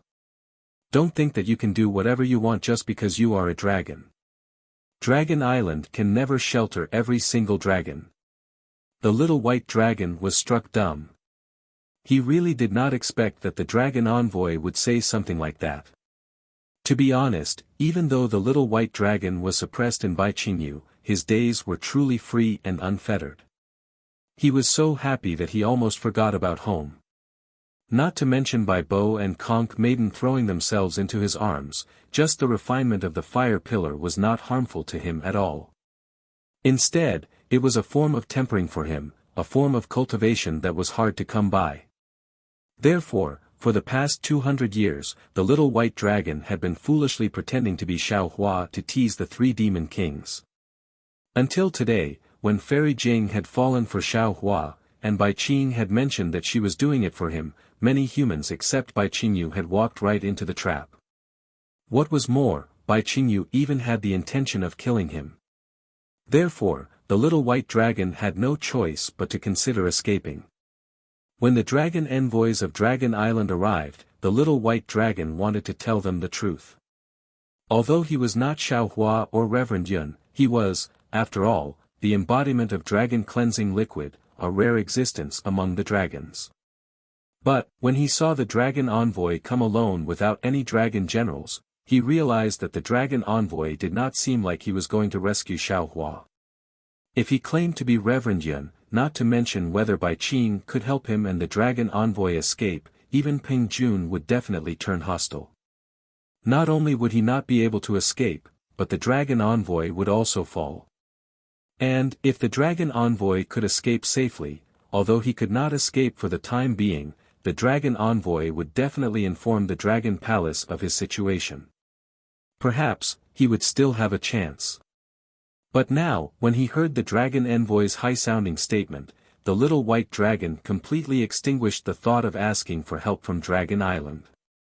He stared at the dragon envoy's back and cried out in shock, "Are you the dragon envoy? Are you here to save me or to humiliate me?" Chapter 43-59. I am the envoy of Dragon Island. Unfortunately, you are not the master of the Dragon Clan. The Dragon Clan said proudly, "You are not qualified to listen to my words." Roar. The little white dragon roared angrily and watched the dragon envoy fly out of the heavenly dam water prison. Bai Qing and the other two demon kings stood outside the cave, worried about their gains and losses. Bai Qing even arranged for some elite disciples to lie in ambush around the water under Ping Jun's suggestion, just in case. When the three demon kings saw that the dragon envoy came up alone with the same expression as when he flew down, they were relieved.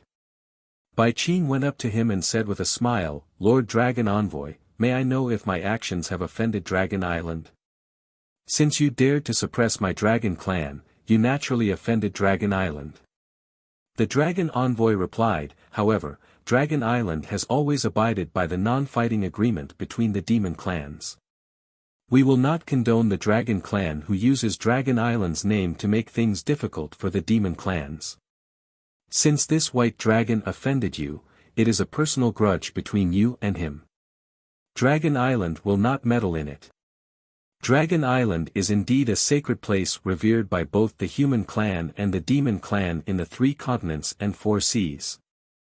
Bai Qing said with a smile, I can't say for other places, but from the fairness of the envoy's incident, I know that Dragon Island is relying on you for its prosperity.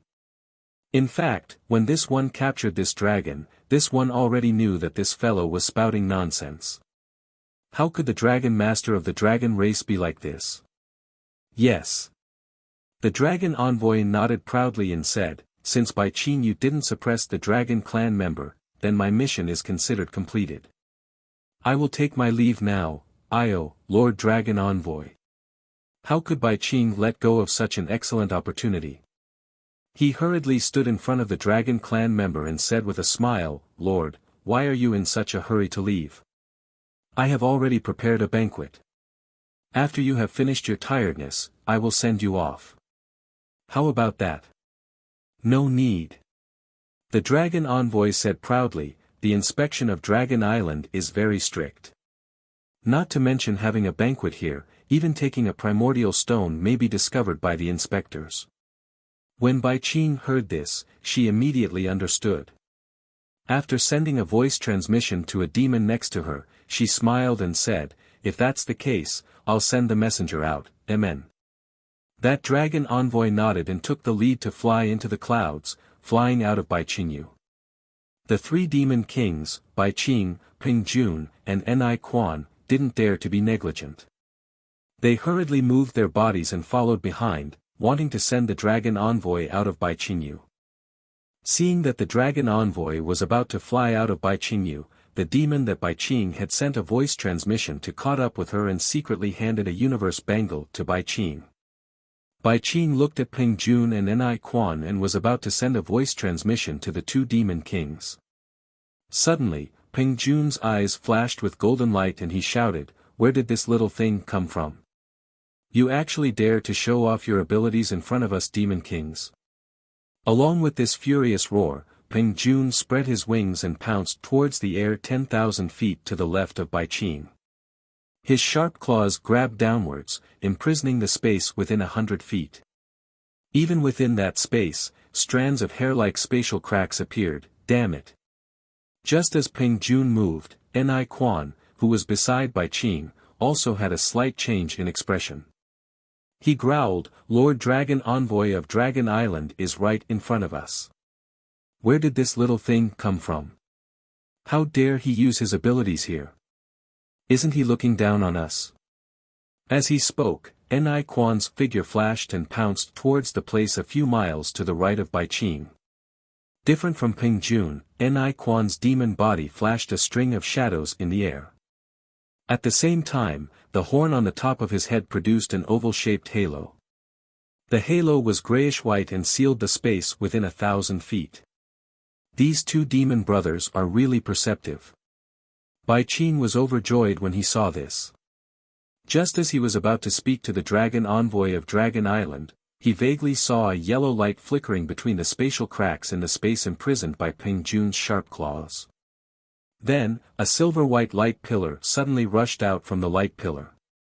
Although the light pillar looked very weak, it was extremely strange. It actually shattered the space imprisoned by Ping Jun in a few breaths' time. Then, a yellow shadow flashed like the wind and a small mink figure rushed towards Bai Qingyu. Moreover, this small mink was exclaiming, damn it, why is Bai Qingyu's demon clan so powerful, ah. Bai Qing was greatly shocked and looked at the small mink in disbelief. After all, Bai Qingyu was his demon realm. How could he not pay attention to the nearby movements? Moreover, because of the banquet, Bai Qingyu's entire realm was on guard. Although this place was not far from the border of Bai Qingyu, it was still within Bai Qingyu. This small mink actually sneaked in without being discovered. This kind of magical power was really rare. Bai Qing was shocked and hurriedly looked in Ni Quan's direction. Indeed, within a few hundred feet of the space controlled by Ni Quan, a silver-white light pillar also appeared. However, the difference was that a small dog like black lightning appeared there and actually broke through Ni Quan's control. The small dog even exclaimed with joy, "Haha, little yellow, I won.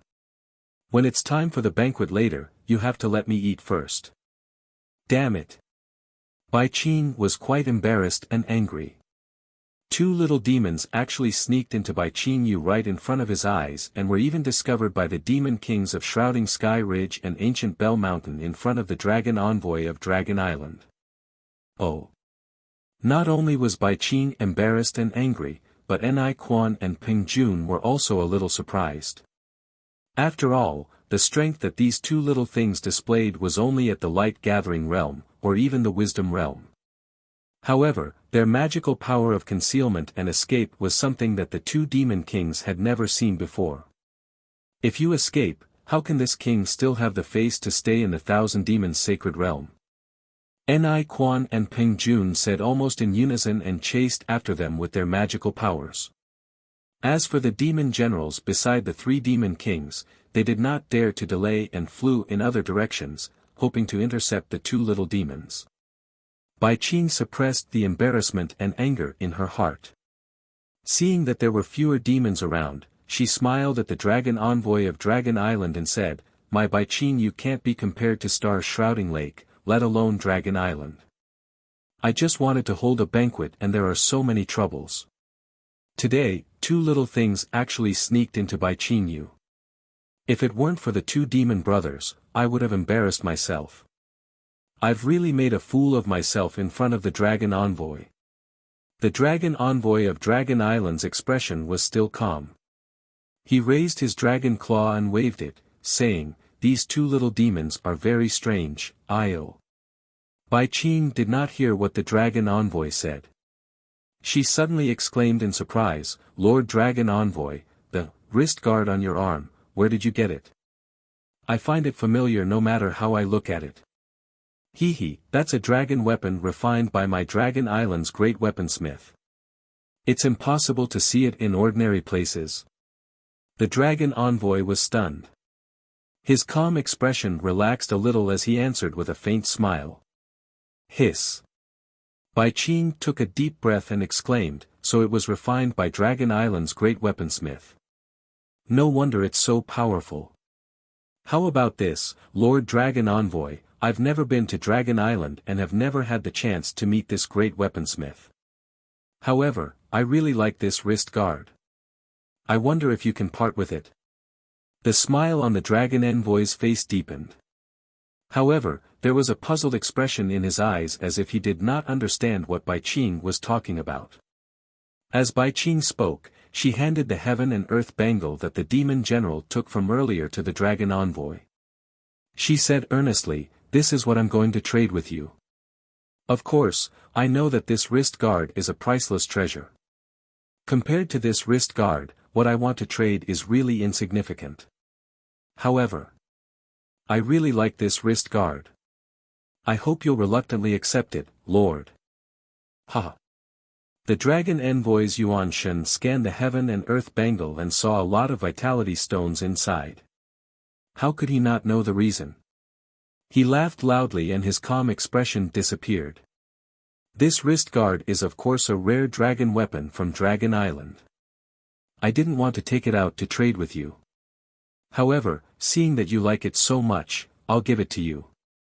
"Fine, I'll grant you your wish." "Thank you, Lord Dragon Envoy." Bai Qing agreed ecstatically.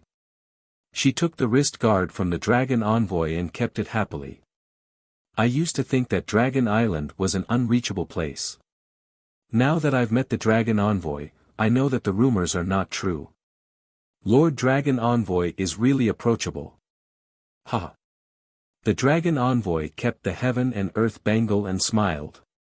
Dragon Island is naturally an unreachable place for ordinary demon clans. However, to those demon clans who are close to Dragon Island, it's not a mysterious place. Yes, I understand." Bai Qing felt relieved and replied with an obsequious smile. "Lord Dragon Envoy, please." At this moment, in the sky far away, Ping Jun actually revealed the true form of a golden-winged roc. He flapped his wings and flew back. His sharp claws were holding little Martin. Although little Martin was captured by the golden-winged roc, he was still struggling with all his might. A yellow demon cloud appeared around him. Since little Martin had been captured, the puppy would not be spared.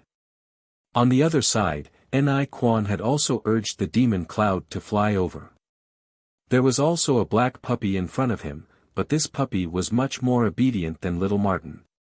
Its body was bound by a series of dual-colored light ribbons, and its 2 ears were swaying left and right, as if it was not afraid at all. The dragon envoy was about to fly away. However, when he saw Ni Quan and Peng Jun flying back, he was actually standing in midair. Bai Qing was a little surprised. She urged her body to fly in front of them and said loudly, "Demon brothers, where did these 2 little things come from?" Ha! Peng Jun flew over first. He waved his sharp claws and threw little Martin in front of Bai Qing.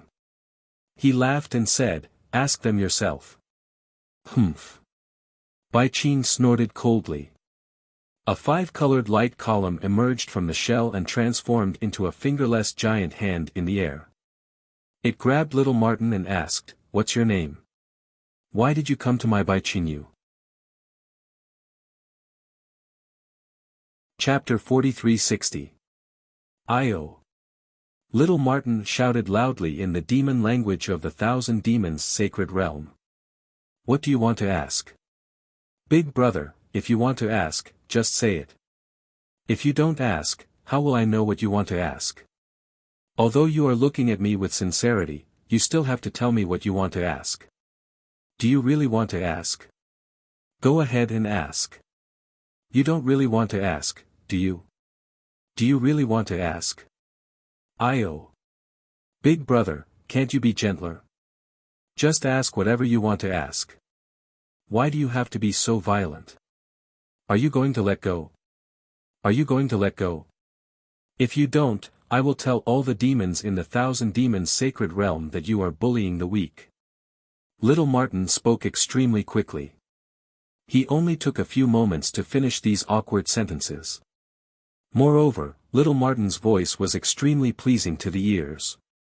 These words flowed into the ears of the demon clan members like flowing water. Not only was Bai Qing stunned, even the dragon envoy couldn't help but laugh. Damn it! Bai Qing only came to his senses after a while.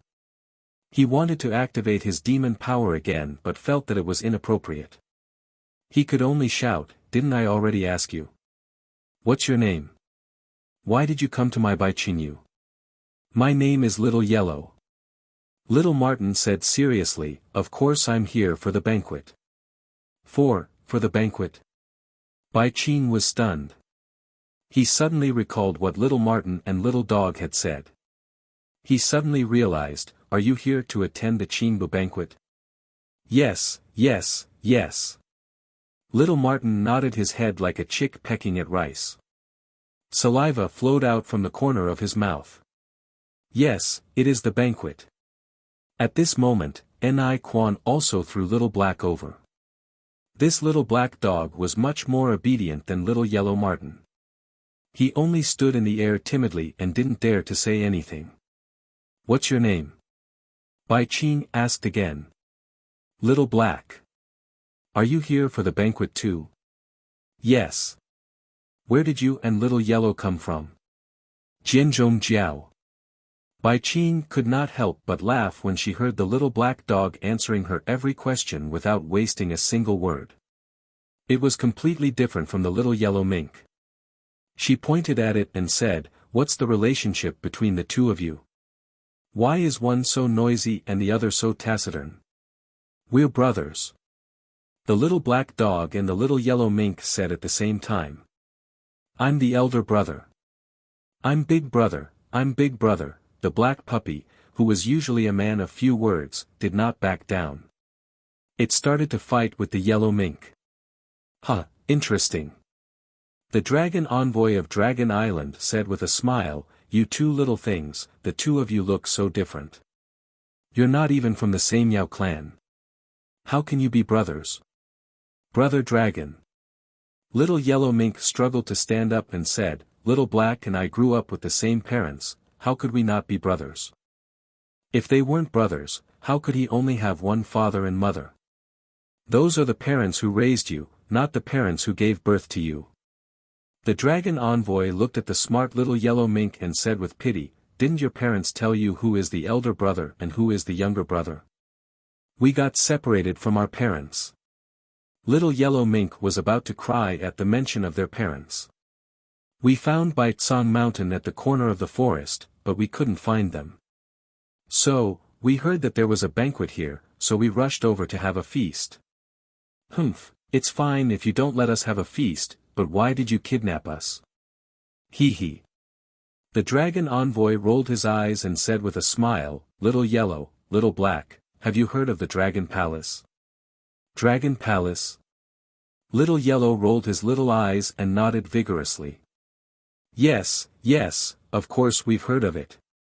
I heard that there's a lot of good food in the Dragon Palace." "That's right." The dragon envoy nodded. "Not only is there good food in the Dragon Palace, if you follow me to the Dragon Palace, I'll ask the Dragon King to help you find your parents." "Okay, okay." Little Yellow did not hesitate at all. He jumped up and shouted. "But..." Little Black shook his head. "Our parents are afraid of water. I heard that our parents were almost eaten by a python dragon." "Oh, that's right, that's right. I forgot." Goldie shook his head like a rattle drum. I'm not going." The dragon envoy opened his mouth again and wanted to say something. Peng Jun smiled and said, "Lord Dragon Envoy, the border of Baiqingyu is just ahead. The three of us will send you there." The dragon envoy looked at Peng Jun with displeasure. His gaze swept past the two little things, seemingly unwilling to part with them. "Milord, please." Ni Quan said with a fake smile on his face. "Hee hee, please." The dragon envoy knew what the two demon kings meant. He only smiled and flew into the sky, far away. "You wait here and watch over the two of them." Seeing that even the dragon envoy was moved, how could Bai Qing not know that these two little demons had some background? She hurriedly ordered and flew behind the dragon envoy. Little Yellow and Little White naturally heard about Xiao Hua's news and came to find an opportunity to save Xiao Hua. However, 200 years of experience in the Thousand Demons Sacred Realm and the Hidden Immortal Continent had allowed them to grow a lot. They didn't attack foolishly, but wanted to see if they could find an opportunity to sneak into Baiqingyu. Seeing the three demon kings and the dragon envoy fly away, Little Yellow asked softly in his heart, "Little Black, Father's aura is more obvious. He should be here. It seems like the rumors are true. Father was suppressed by these demon kings. We must sneak in and not attract their attention. What do you think we should do now?" The two little things experienced the separation of yin and yang in Xiao Hua's space. They didn't realize it before they left the space, but after they started their training, they realized it again. Because they had been talking to Xiao Hua with their hearts since they were young, they didn't know when they learned the ability to talk to each other through their hearts. This was many times more powerful than some voice transmission. "We'll act according to the situation." Although Little Black didn't say much, he had an idea in his heart. He replied, "Since these three demon kings didn't kill him immediately, we have a chance. Let's sneak into Baiqingyu first. As long as Father's aura is still there, he won't be in danger." "Okay." Little Yellow agreed and immediately shouted, "Damn it, what's going on? Why did you leave us here and ignore us? Are you going to let us join this banquet or not? I'm hungry. Can't you give us some appetizers first? I say, big brother, how many delicacies did you prepare for the banquet? What are your family's chef's specialties?" Goldie continued to blabber on like a chatterbox, spittle flying everywhere. Fortunately, his voice was very pleasant to the ears. Although the group of demons were a little impatient, they did not have to pay attention to the meaning behind his words. It was quite pleasant to the ears. On the other hand, Little Black still stood quietly in mid-air, not saying a word. In just half a meal's time, Bai Qing and the other two demon kings returned with a group of demon soldiers and demon generals. Peng Jun, who had said that he would leave first, wasn't in a hurry to leave now. The three demon kings looked at the captured Little Yellow and Little Black, each of them calculating their own plans and not in a hurry to speak. When the demon generals at the side saw this, they all bowed and dispersed. After a full meal's time, Bai Qing smiled at Peng Jun and said, "Brother Peng, aren't you in a hurry to send a message to Zhang? Now that the dragon envoy of Dragon Island has left, shouldn't you go back too?" He. Peng Jun replied, "Brother Bai isn't in a hurry to send a message to the Heavenly Dam Water Prison, why should I be in a hurry to send a message?" Sigh. It was Ni Quan who spoke up and made things clear. "Brother Bai, this little black dog was found by me and captured by me personally. You don't have to worry about it, right?" Little Yellow. Peng Jun asked straightforwardly. "I'm the Demon King of Covered Sky Ridge. When I left, I already ordered my boy subordinates to set up a banquet. As long as I leave, there will be good food. Are you willing to go back with me? Covered Sky Ridge isn't in the water, right?" Little Yellow didn't hesitate at all and asked immediately. "Of course not." Peng Jun smiled. "I'm a golden-winged great rock, how can I live in the water?" "Okay." Little Yellow agreed. "We'll go with you." Ha! Peng Jun laughed wildly and said to Bai Qing, "Brother Bai, as we discussed earlier, this Little Yellow agrees to go with me. You can't stop it." Bai Qing didn't answer, but Ni Quan sneered. "Brother Peng, don't be happy too early." Little Yellow said, Them. Peng Jun came to a realization, then said indifferently, "It's fine if Little Black can come. My Covered Sky Ridge's banquet isn't lacking a seat. Little Black was found and captured by me. How can I let you take it away?" Ni Quan refused without hesitation. "Big brother, take us away. I'm hungry." Little Yellow struggled to fly in Peng Jun's direction and shouted, "If you don't eat now, you'll starve to death." With that, Little Yellow's small body flipped in mid-air, and it rolled its eyes as if it was really starving to death. Ha ha ha. Bai Qing laughed and said, "Boy, send some blood food over. Don't let it starve to death in my Bai Qingyu." The demon race was particular about devouring. Not only did they devour Nebula Brilliance, but they also devoured demon cores and blood food. Bai Qingyu naturally didn't lack blood food. In just a moment, a member of the Water Clan brought over two huge blood-dancing beasts. These blood-dancing beasts were the demon beasts that gathered around Bai Qingyu. They had a lot of blood and flesh and tasted delicious. Ha! When Little Yellow saw the blood-dancing beasts, it climbed up in mid-air and flew to the side of the blood-dancing beasts that were dozens of times bigger than it. It stuck out its nose, and with a snort, a small silver brilliance sprinkled on the blood-dancing beasts. The blood-dancing beasts were originally restrained by the Water Clan and were obedient. However, when they saw the silver brilliance fall, they immediately struggled and even howled as if they were extremely terrifying. Chapter 43-61. Under the shocked gazes of the three demon kings, a faint shadow fell into the light and was sucked into Goldie's mouth and nose.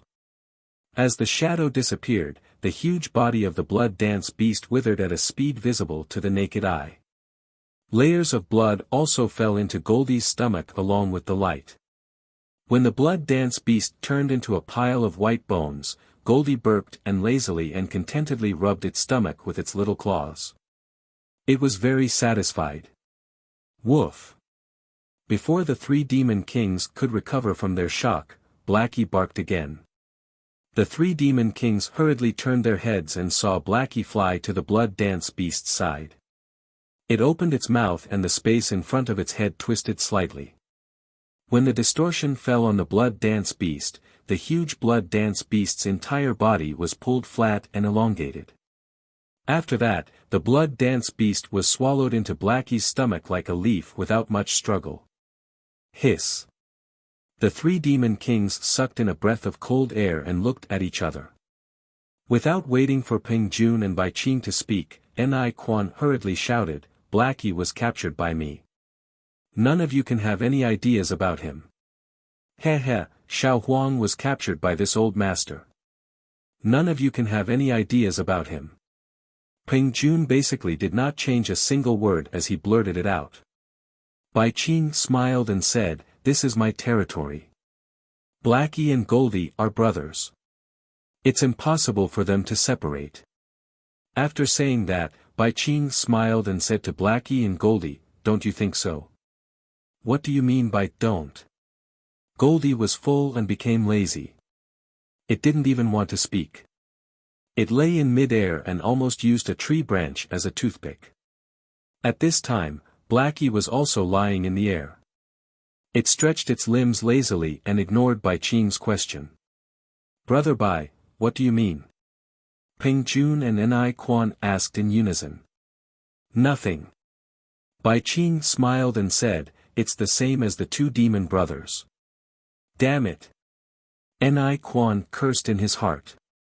He was also in a difficult position. If there were 3 of these strange demons, it would be easy to distribute them. However, there were only 2 of them, and they were in Bai Qingyu's territory. This made things difficult for the 3 demon kings. However, Ni Quan was well aware that there were countless demon clans in the Thousand Demons sacred realm. The pure-blooded demon clans, such as the golden-winged great ping bird, the flying feather void beast, and the 5-colored sea god shell all had innate abilities, but these abilities were getting weaker with each generation. Unless a purer bloodline was born in a certain generation, only then would the demon race be revitalized again. However, he had never seen demons like Little Black and Little Yellow in the Thousand Demons sacred realm. Furthermore, from what the 2 of them had said, it was very likely that they were mutated demons. This kind of demon usually had divine abilities that ordinary demons could not reach. If this divine ability was fused with the bloodline of other pure demons, it was very likely that it would give the demon a new divine ability. Even if there was no such possibility, the 2 of them had such strange divine abilities at such a young age. When they grew up in the future, how powerful would they be? There was no way Ni Quan would let go of such a demon race with unlimited potential. No. Without waiting for Ni Quan to speak, Peng Jun immediately refused. Peng Jun's true form was the golden-winged great ping bird. He was extremely arrogant, and his backer was the first great saint in the Thousand Demons sacred realm. How could he give in? Hee, there's nothing wrong with that. Bai Qing smiled slightly. If it were elsewhere, he would not directly clash with Peng Jun. However, this was his own demon realm, and he did not care about Peng Jun's thoughts. My 2 demon brothers. Seeing that the 2 demon kings in front of him were about to get angry, Ni Quan hurriedly said with a smile, "I feel that our energy should be focused on the banquet. Although these 2 little things are cute, they are not particularly important. We can put it aside first and talk about it later." Who said they are not important? Peng Jun's eyes slanted as he looked at Ni Quan. Ni Quan still smiled and said, "First, Brother Peng urgently needs to return to the sky concealing ridge to send a message. Second, we don't know the origins of these 2 little things. Who knows if they have other intentions? Therefore, I think it's better to let these 2 little things stay with Brother Bai for the time being. Anyway, he has a lot of blood food here. We don't have to worry about these 2 little things eating." Peng Jun still wanted to say something, but Ni Quan transmitted a few words. Peng Jun narrowed his eyes and looked at the 2 little things, then turned to Bai Qing and said, "Then I'll have to trouble Brother Bai. Leave Goldie with Bai Qingyu for the time being. After the banquet, we'll discuss it again. Farewell." After Peng Jun finished speaking, he wanted to show off. He raised his head and let out an eagle's cry that shook 100 miles. Then, he spread his wings and his whole body glowed with demon light. Brother Bai. Ni Quan didn't stay any longer. He also cupped his hands and glanced at Xiao He, who was in a daze in the air. He spread his wings and a vague shadow soared into the sky and quickly disappeared. Humph. After the two demon kings left, Bai Qing snorted coldly. The colorful halo above the shell turned into two light pillars and fell on Blackie and Goldie. The light pillars rushed into the shackles that the two demon kings had placed on the two little ones like a spiral. With a crackling sound, these shackles were torn into pieces by the halo. Ha! Goldie and Blackie were overjoyed. Just when they wanted to move, Bai Qing snorted coldly again, "Two damn little things, how can I not know what you're thinking? How dare you play hard to get in front of me?" As he spoke, the halo that broke the restriction suddenly intensified, and completely bound the two little ones who were not prepared. "Tell me, who sent you here?" Bai Qing snorted coldly. The halo shrank rapidly and squeezed the two little bodies into a ball. "Ouch, it hurts so much. Big brother, why did you suddenly turn hostile?" Goldie shouted loudly, "If you don't want us to eat the banquet, you can ask the big brother just now to take us away. Don't play dumb in front of me." Bai Qing did not care about Goldie's coquettish behavior at all. With a wave of the halo, she threw the two little ones in front of the demon generals and said, "Suppress them first." Yes. The demon generals naturally did not understand Bai Qing's thoughts, but they did not dare to be negligent. Several demon clan members took the two little ones away in a hurry. Damn it. Goldie was a little confused. He said to Blackie in his mind, "How did this guy see through it?" "He didn't see through it." Blackie said coldly, "He's really playing hard to get." "Oh, no, or is it a show of strength? He has some doubts, but he doesn't have any evidence. He doesn't want the two of us to be taken away by the two demon kings, so he suppressed the two of us first, so that the two demon kings can't take us away. This guy is so cunning." Goldie understood immediately and cursed silently. If he wasn't cunning, how could he suppress father?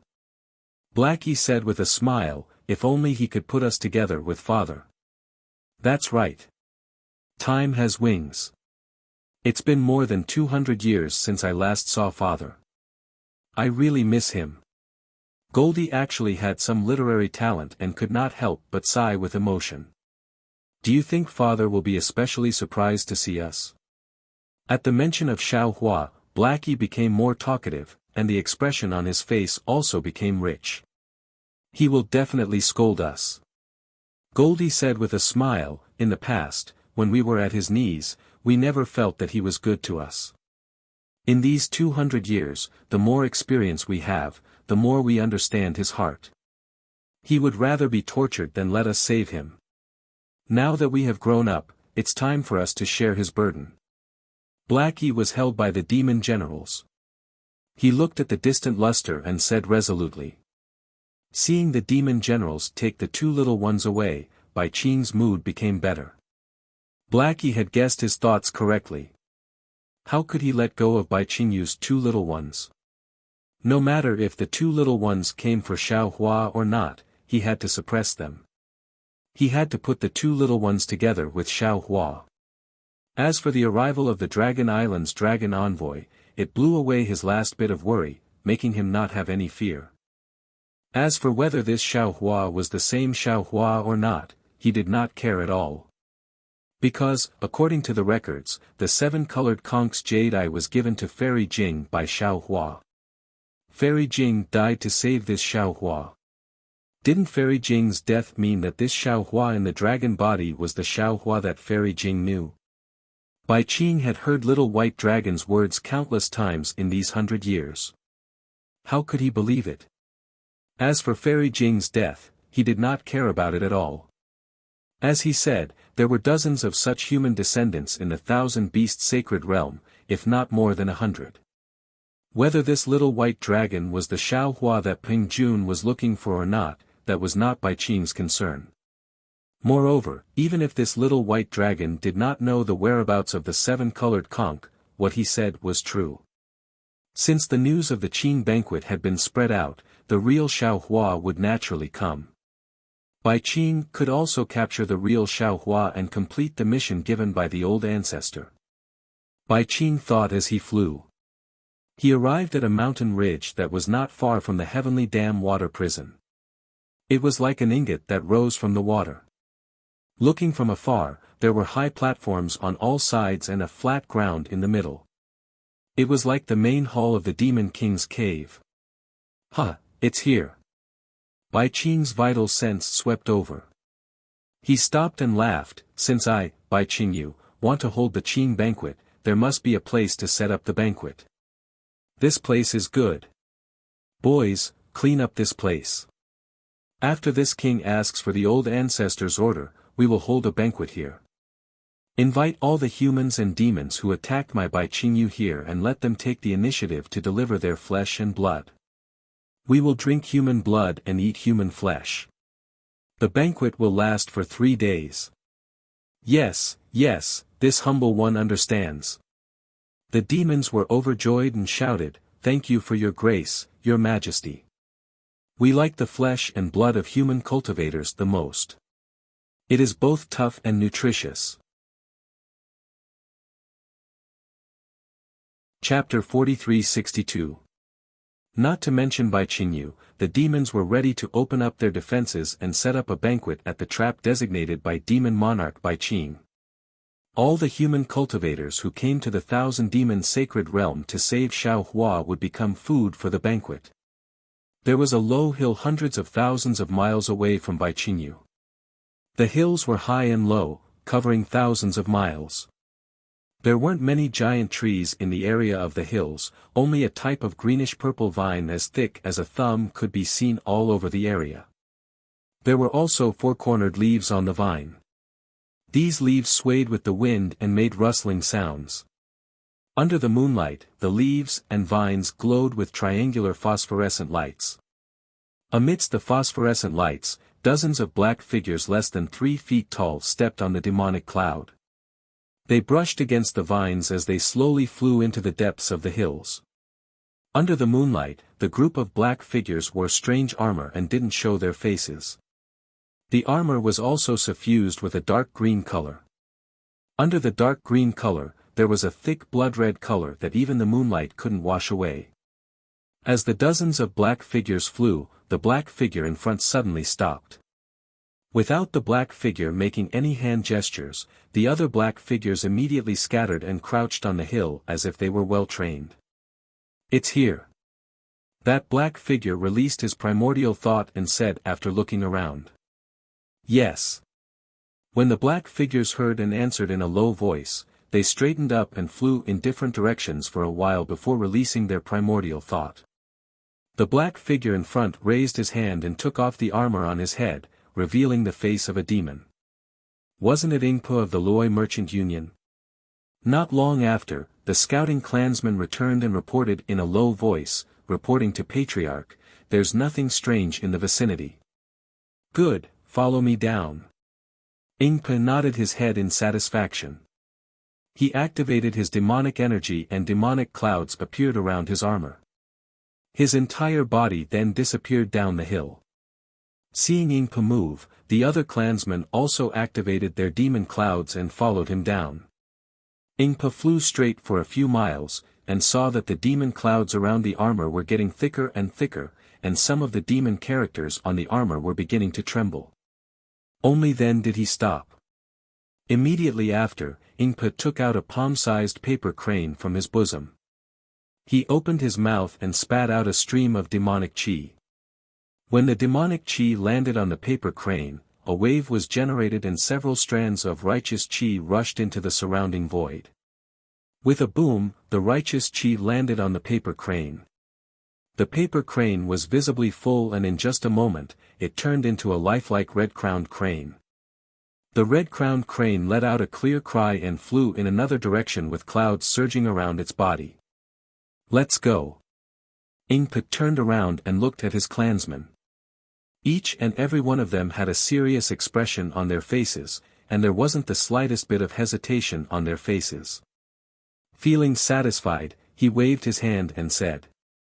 Just like that, the red-crowned crane flew in front of him while Ingpa and his clansmen followed behind. After flying for the time it took for an incense stick to burn, a faint wisp of smoke appeared on the red-crowned crane's body. It was spontaneously combusted. At this point, Ingbo's vigilance was much lower. He clapped his hand and took out a fist-sized pearl. His left hand actually formed a seal, which seemed to be a Taoist technique. A ray of brilliance hit the pearl, and the pearl emitted a watery light screen. Ingbo held the pearl and looked around carefully. The light screen clearly reflected the situation within 100 miles around him. After confirming that it was safe, Ingbo put away the pearl and took out a beast skin. Clan leader. A demon behind Ingpa, who seemed to be very close to him, couldn't help but whisper, "This is a relatively barren place in the Thousand Demons' sacred realm. It's not suitable for any demon to live here. Just now, we didn't see any other demon on our way here. Moreover, this place is so far from the ground. It's unlikely that any other demon would discover our tracks, right?" Ingpa didn't care about anything else. He opened his mouth and spat another mouthful of demon aura onto the beast skin. The beast skin began to shrink, and several rays of moon and star power also fell from the void. Finally, it transformed into the appearance of a spirit mouse. This spirit mouse sniffed and began to fly in another direction. "Let's go," Ingpa ordered.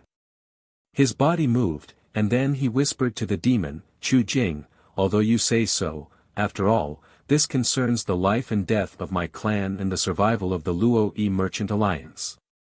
I have to be careful." It's our Luo Yi Merchant Alliance." The demon named Chu Jing naturally couldn't refute. He smiled and whispered, "How could other demon clansmen have so many different methods to avoid being tracked?" The spirit mouse flew in front of them for half a meal's time. Suddenly, a thought swept over from afar. That thought landed on Ingpa. After a brief inspection, it retracted like a stream. Then, as the spirit mouse slowly shrank, a yellow halo appeared in the distance. Ingpa and the other demonic beasts stopped and waited for the halo to fly over. The halo passed by dozens of demonic beasts. Every time it passed by a demonic beast, the demonic beast would mysteriously disappear. When all the demonic beasts had disappeared, the halo also disappeared. When Ingpa appeared again, he was already in a huge space. Clan leader. A few elders who were also dressed in battle armor came forward to greet him. Behind these elders, there were thousands of demon clan members in the surrounding space. These demons looked very similar to Ingpa. However, they didn't utter a word. Instead, they stood up respectfully. Ingpa seemed to be a little dizzy. When he steadied himself, he saw that the underground space was so big and there were so many clansmen in front of him. He couldn't help but be shocked. He said in surprise, Why are you all here?" The elder in front had a smile on his face. He didn't explain much and only said, "I've already told them about clan leader's intention." However, they knew that spiritual master Shao was imprisoned by Bai Qingyu. Clan leader gave up the position of clan leader and arranged the affairs of the Luo Yi Merchant Alliance. He was prepared to bring a few clansmen that spiritual master Shao taught personally to Bai Qingyu. They didn't follow clan leader's arrangement at all and followed me here. Ingpa looked at so many clansmen and elders and felt warm in his heart. He opened his mouth but didn't know what to say. In the end, he said in a low voice, "I only asked Great Elder to bring a few hundred clansmen who were willing to sacrifice their lives for spiritual master Shao to follow me to Bai Qingyu. Yes, clan leader even said that he would return the position of clan leader to us here." Great Elder looked at Ingpa and said with a smile, "It's a pity that I told the elders about this." Not only did they disagree, but all of the clansmen were also unwilling. "I thank you on behalf of spiritual master Shao." Ingpa looked at his clansmen and felt really happy. He actually imitated the human race and bowed to the clansmen. How could Great Elder and the others let him bow? They hurriedly helped him up and said, "Clan leader, you've really underestimated us. Although we had some conflicts with Spiritual Master Shao back then, that was because we weren't familiar with him. Since we know that Spiritual Master Shao is a righteous person and is also the benefactor of our clan, even if we have to give up the lives of our entire clan, we'll still go and rescue him. It's good that Great Elder has such intentions." Ingpa steadied his mind and said, "The rise of our clan and the prosperity of the Luo-Yi Merchant Alliance today is all thanks to Spiritual Master Shao. Therefore, if he's in trouble, I can't ignore it. Our clan can't ignore it. However, since Spiritual Master Shao was suppressed by Bai Qingyu, we already know what kind of background Bai Qingyu has. What we're doing now is akin to striking a stone with an egg. I can give up my life, and so can my clansmen. However, our clan can't be exterminated, and our Luo-Yi Merchant Alliance can't disappear. We have to take our time and plan carefully." Sigh, that's right. I also told our clansmen that. Fourth Elder and the others at the side were somewhat helpless. But they said that they only listened to clan leader. Since Spiritual Master Shao is our benefactor, we must rescue him even if we have to sacrifice our lives. Bitterness appeared on Ing Po's face. He raised his eyes to look in Bai Qingyu's direction and said, "If we can rescue Spiritual Master Shao with our lives alone, then it'll be simple." At this point, Ing Po shook his head and tried his best to get rid of some distracting thoughts. He said, "Forget it, let's not talk about it anymore. Since we're already here, elders, let's quickly discuss and arrange as many clansmen as possible to attack Bai Qingyu with me. After all, the disciples of the Soaring Dragon Mountain Range are still waiting for my news there." "How many disciples of the Soaring Dragon Mountain Range are here?" First Elder asked worriedly. "They're humans. It won't be easy for them to go so deep into Bai Qingyu, right?" Ing Po looked to the left and said in a low voice, "According to the reliable news obtained by the Merchant Alliance, the Soaring Dragon Mountain Range has already been discovered by the Confucian cultivators. The Immortal Palace has issued a punitive order and is preparing to attack the Soaring Dragon Mountain Range."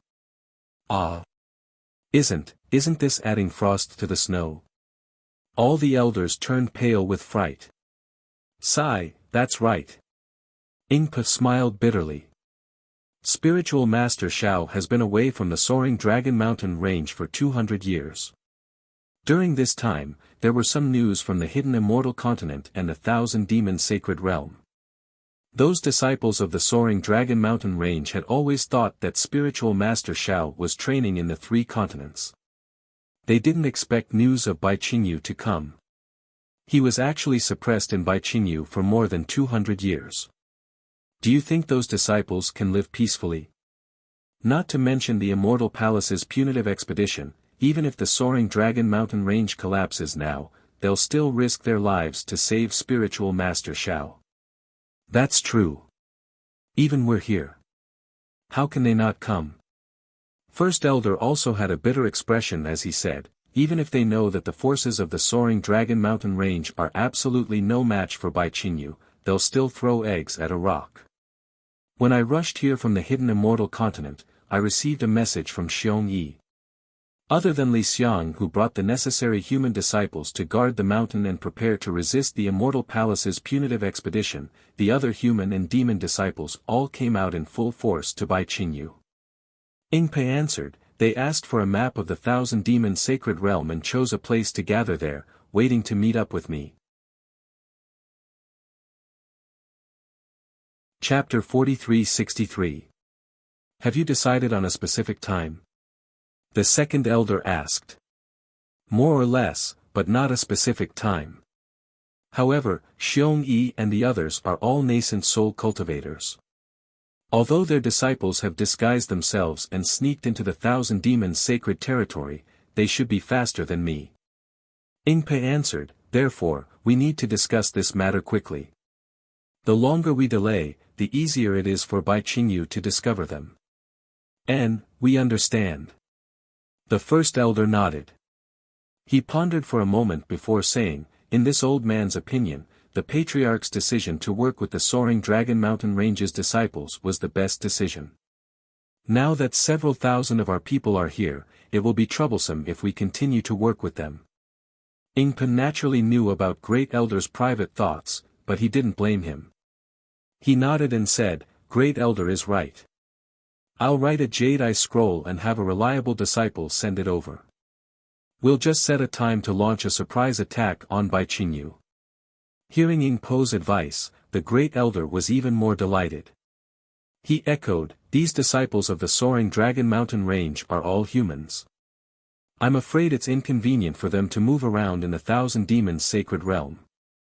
Patriarch, why don't you send a few dozen elite disciples to lead the way for them? Very good. Ingpa nodded with a smile. Just as he was about to give the order, he noticed something was wrong and asked in a low voice, where are the 7th and 9th elders? Oh. A trace of embarrassment appeared on the first elder's face as he answered, this old man was afraid that there would be no one to deal with the matters in the merchant union, so I left them behind. Ingpa didn't mind. He was very clear in his heart. If a palm stretched out, 5 fingers wouldn't be the same. He couldn't expect the elders to think the same way as him. In less than half a cup of tea's time, Ingpa had selected the people to contact the Fortune Gate's disciples. He also gave them the Jade-Eye pendant he had written, and gave them some instructions before sending them away. Ingpa then discussed with the elders on how to rescue Xiaohua from the jaws of death. Under the night sky, several dozen demonic beast clans set off again. They were heading towards a vast forest in the Thousand Demons' sacred territory. At this time, at the edge of the forest, there were already a few bird-type demons flapping their wings and circling in the sky. These demons were different from ordinary demons. They did not fly far away, only a few dozen miles away. Whenever there was any movement, they would leave and land to investigate carefully. The moon fell and the stars were sparse. Dawn gradually appeared in the east. A few beast-like monsters slowly flew out from the mountain ridge in the distance.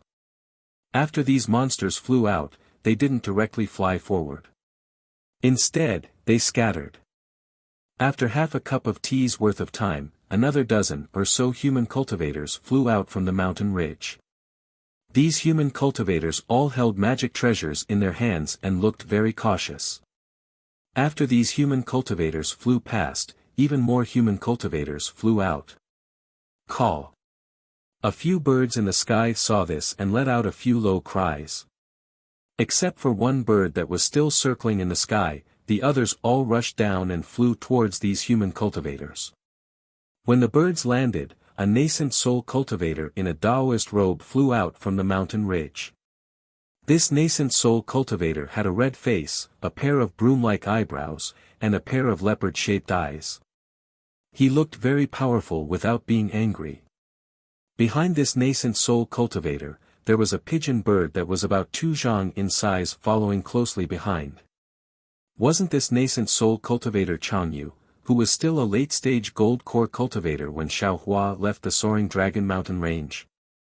Apart from being a lot younger, this Changyu's appearance didn't change much from before. Caw, caw. Once the pigeon bird flew out, it immediately cawed and rushed into the sky, as if it wanted to meet up with the other birds in the distance. As soon as the pigeon moved, Changyu was startled. In order to not attract the attention of the demonic beasts, he didn't dare to release his divine sense too much. Changyu was about to stop the pigeon, but when he saw the bird in the sky, a smile appeared on his face. He muttered to himself, I've wronged you during this period of time, I'll let you have some fun. As he spoke, Changyu had already released his divine sense. A moment later, another divine sense swept across the sea of trees in the distance. Seeing this, Changyu let out a long laugh and turned his head, saying, Disciples, there are already Fortune Gate's disciples ahead. This place is already safe. Let's hurry over and meet up with your senior Uncle Lan and senior Uncle Xiong Yi. The dozens of gold core disciples in the surroundings were already pale. Their Taoist robes were tattered and blood-stained. It was obvious that they had encountered many demonic beasts along the way. When they heard Chang Yu's words, they were overjoyed. No longer hiding, they spurred their figures and flew into the distance. Chang Yu wasn't in a hurry. He waited until the several thousand disciples had flown away before he turned into a streak of light and landed in the sea of trees. Before he could land, he saw another cloud flying out from the forest. On that cloud was Xiaohua's other disciple, His Highness Lan. His Highness Lan was no different from when Xiaohua left.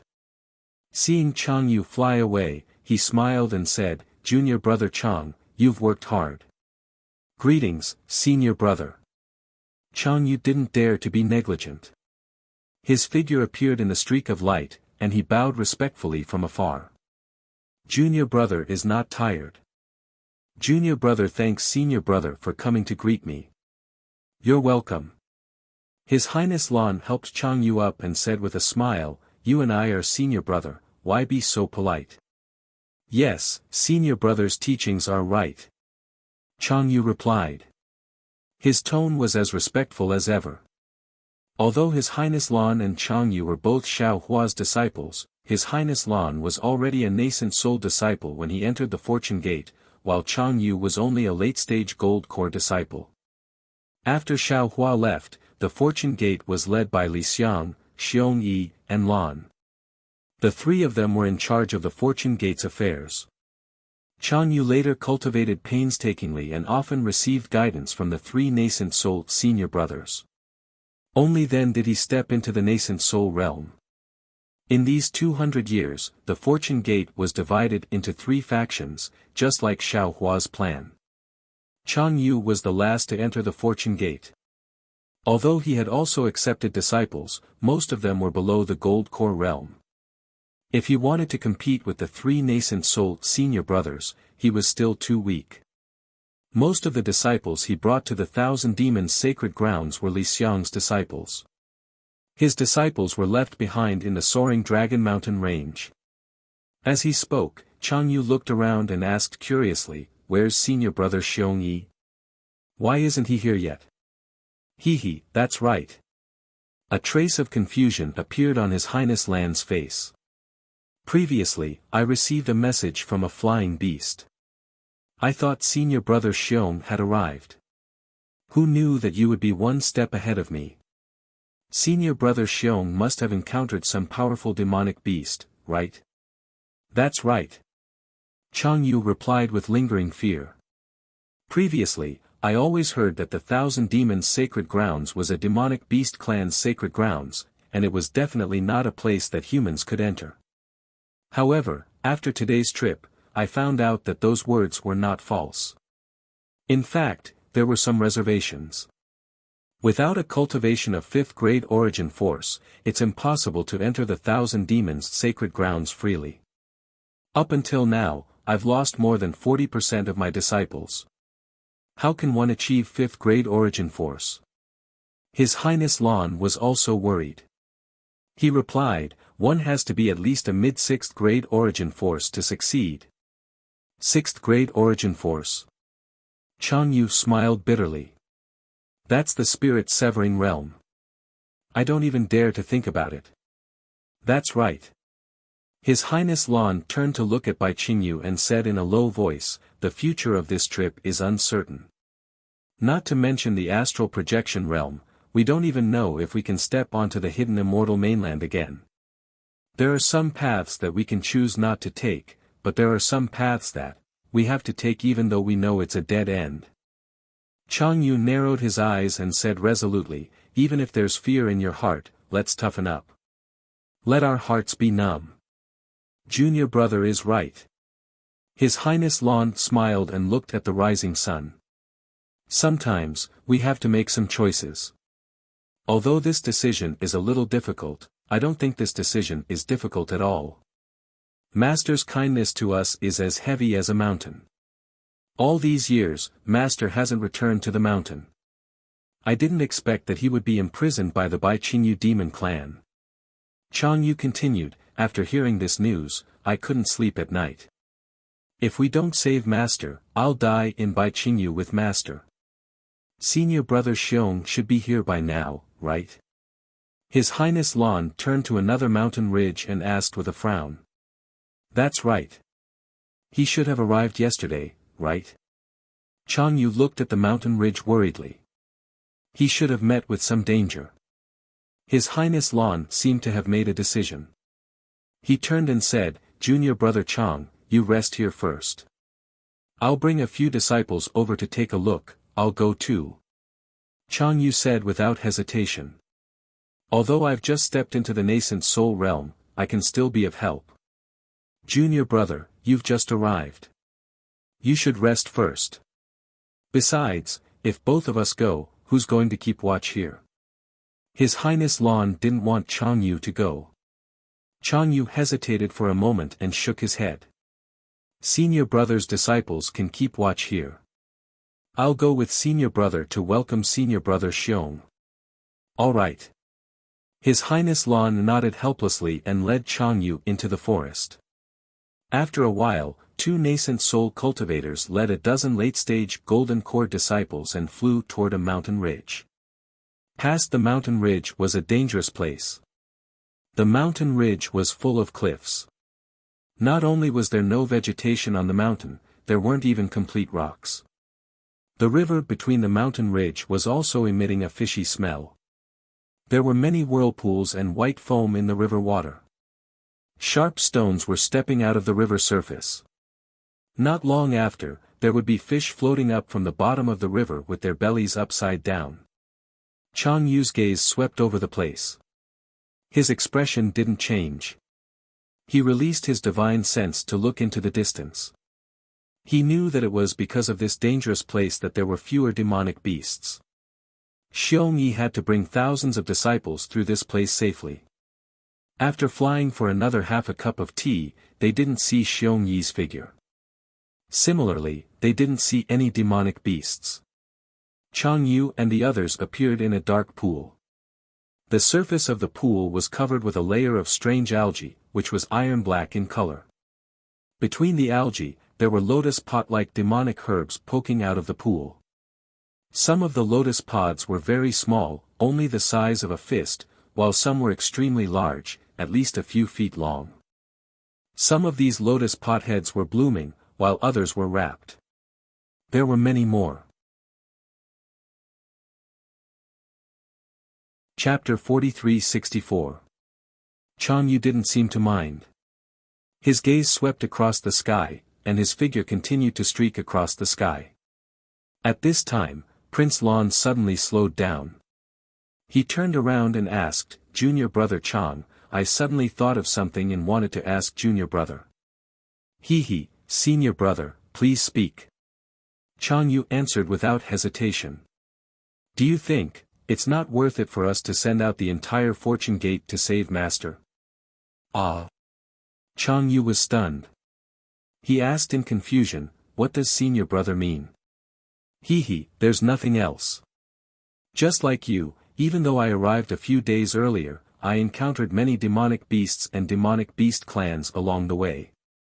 40% of the disciples I lead have been killed.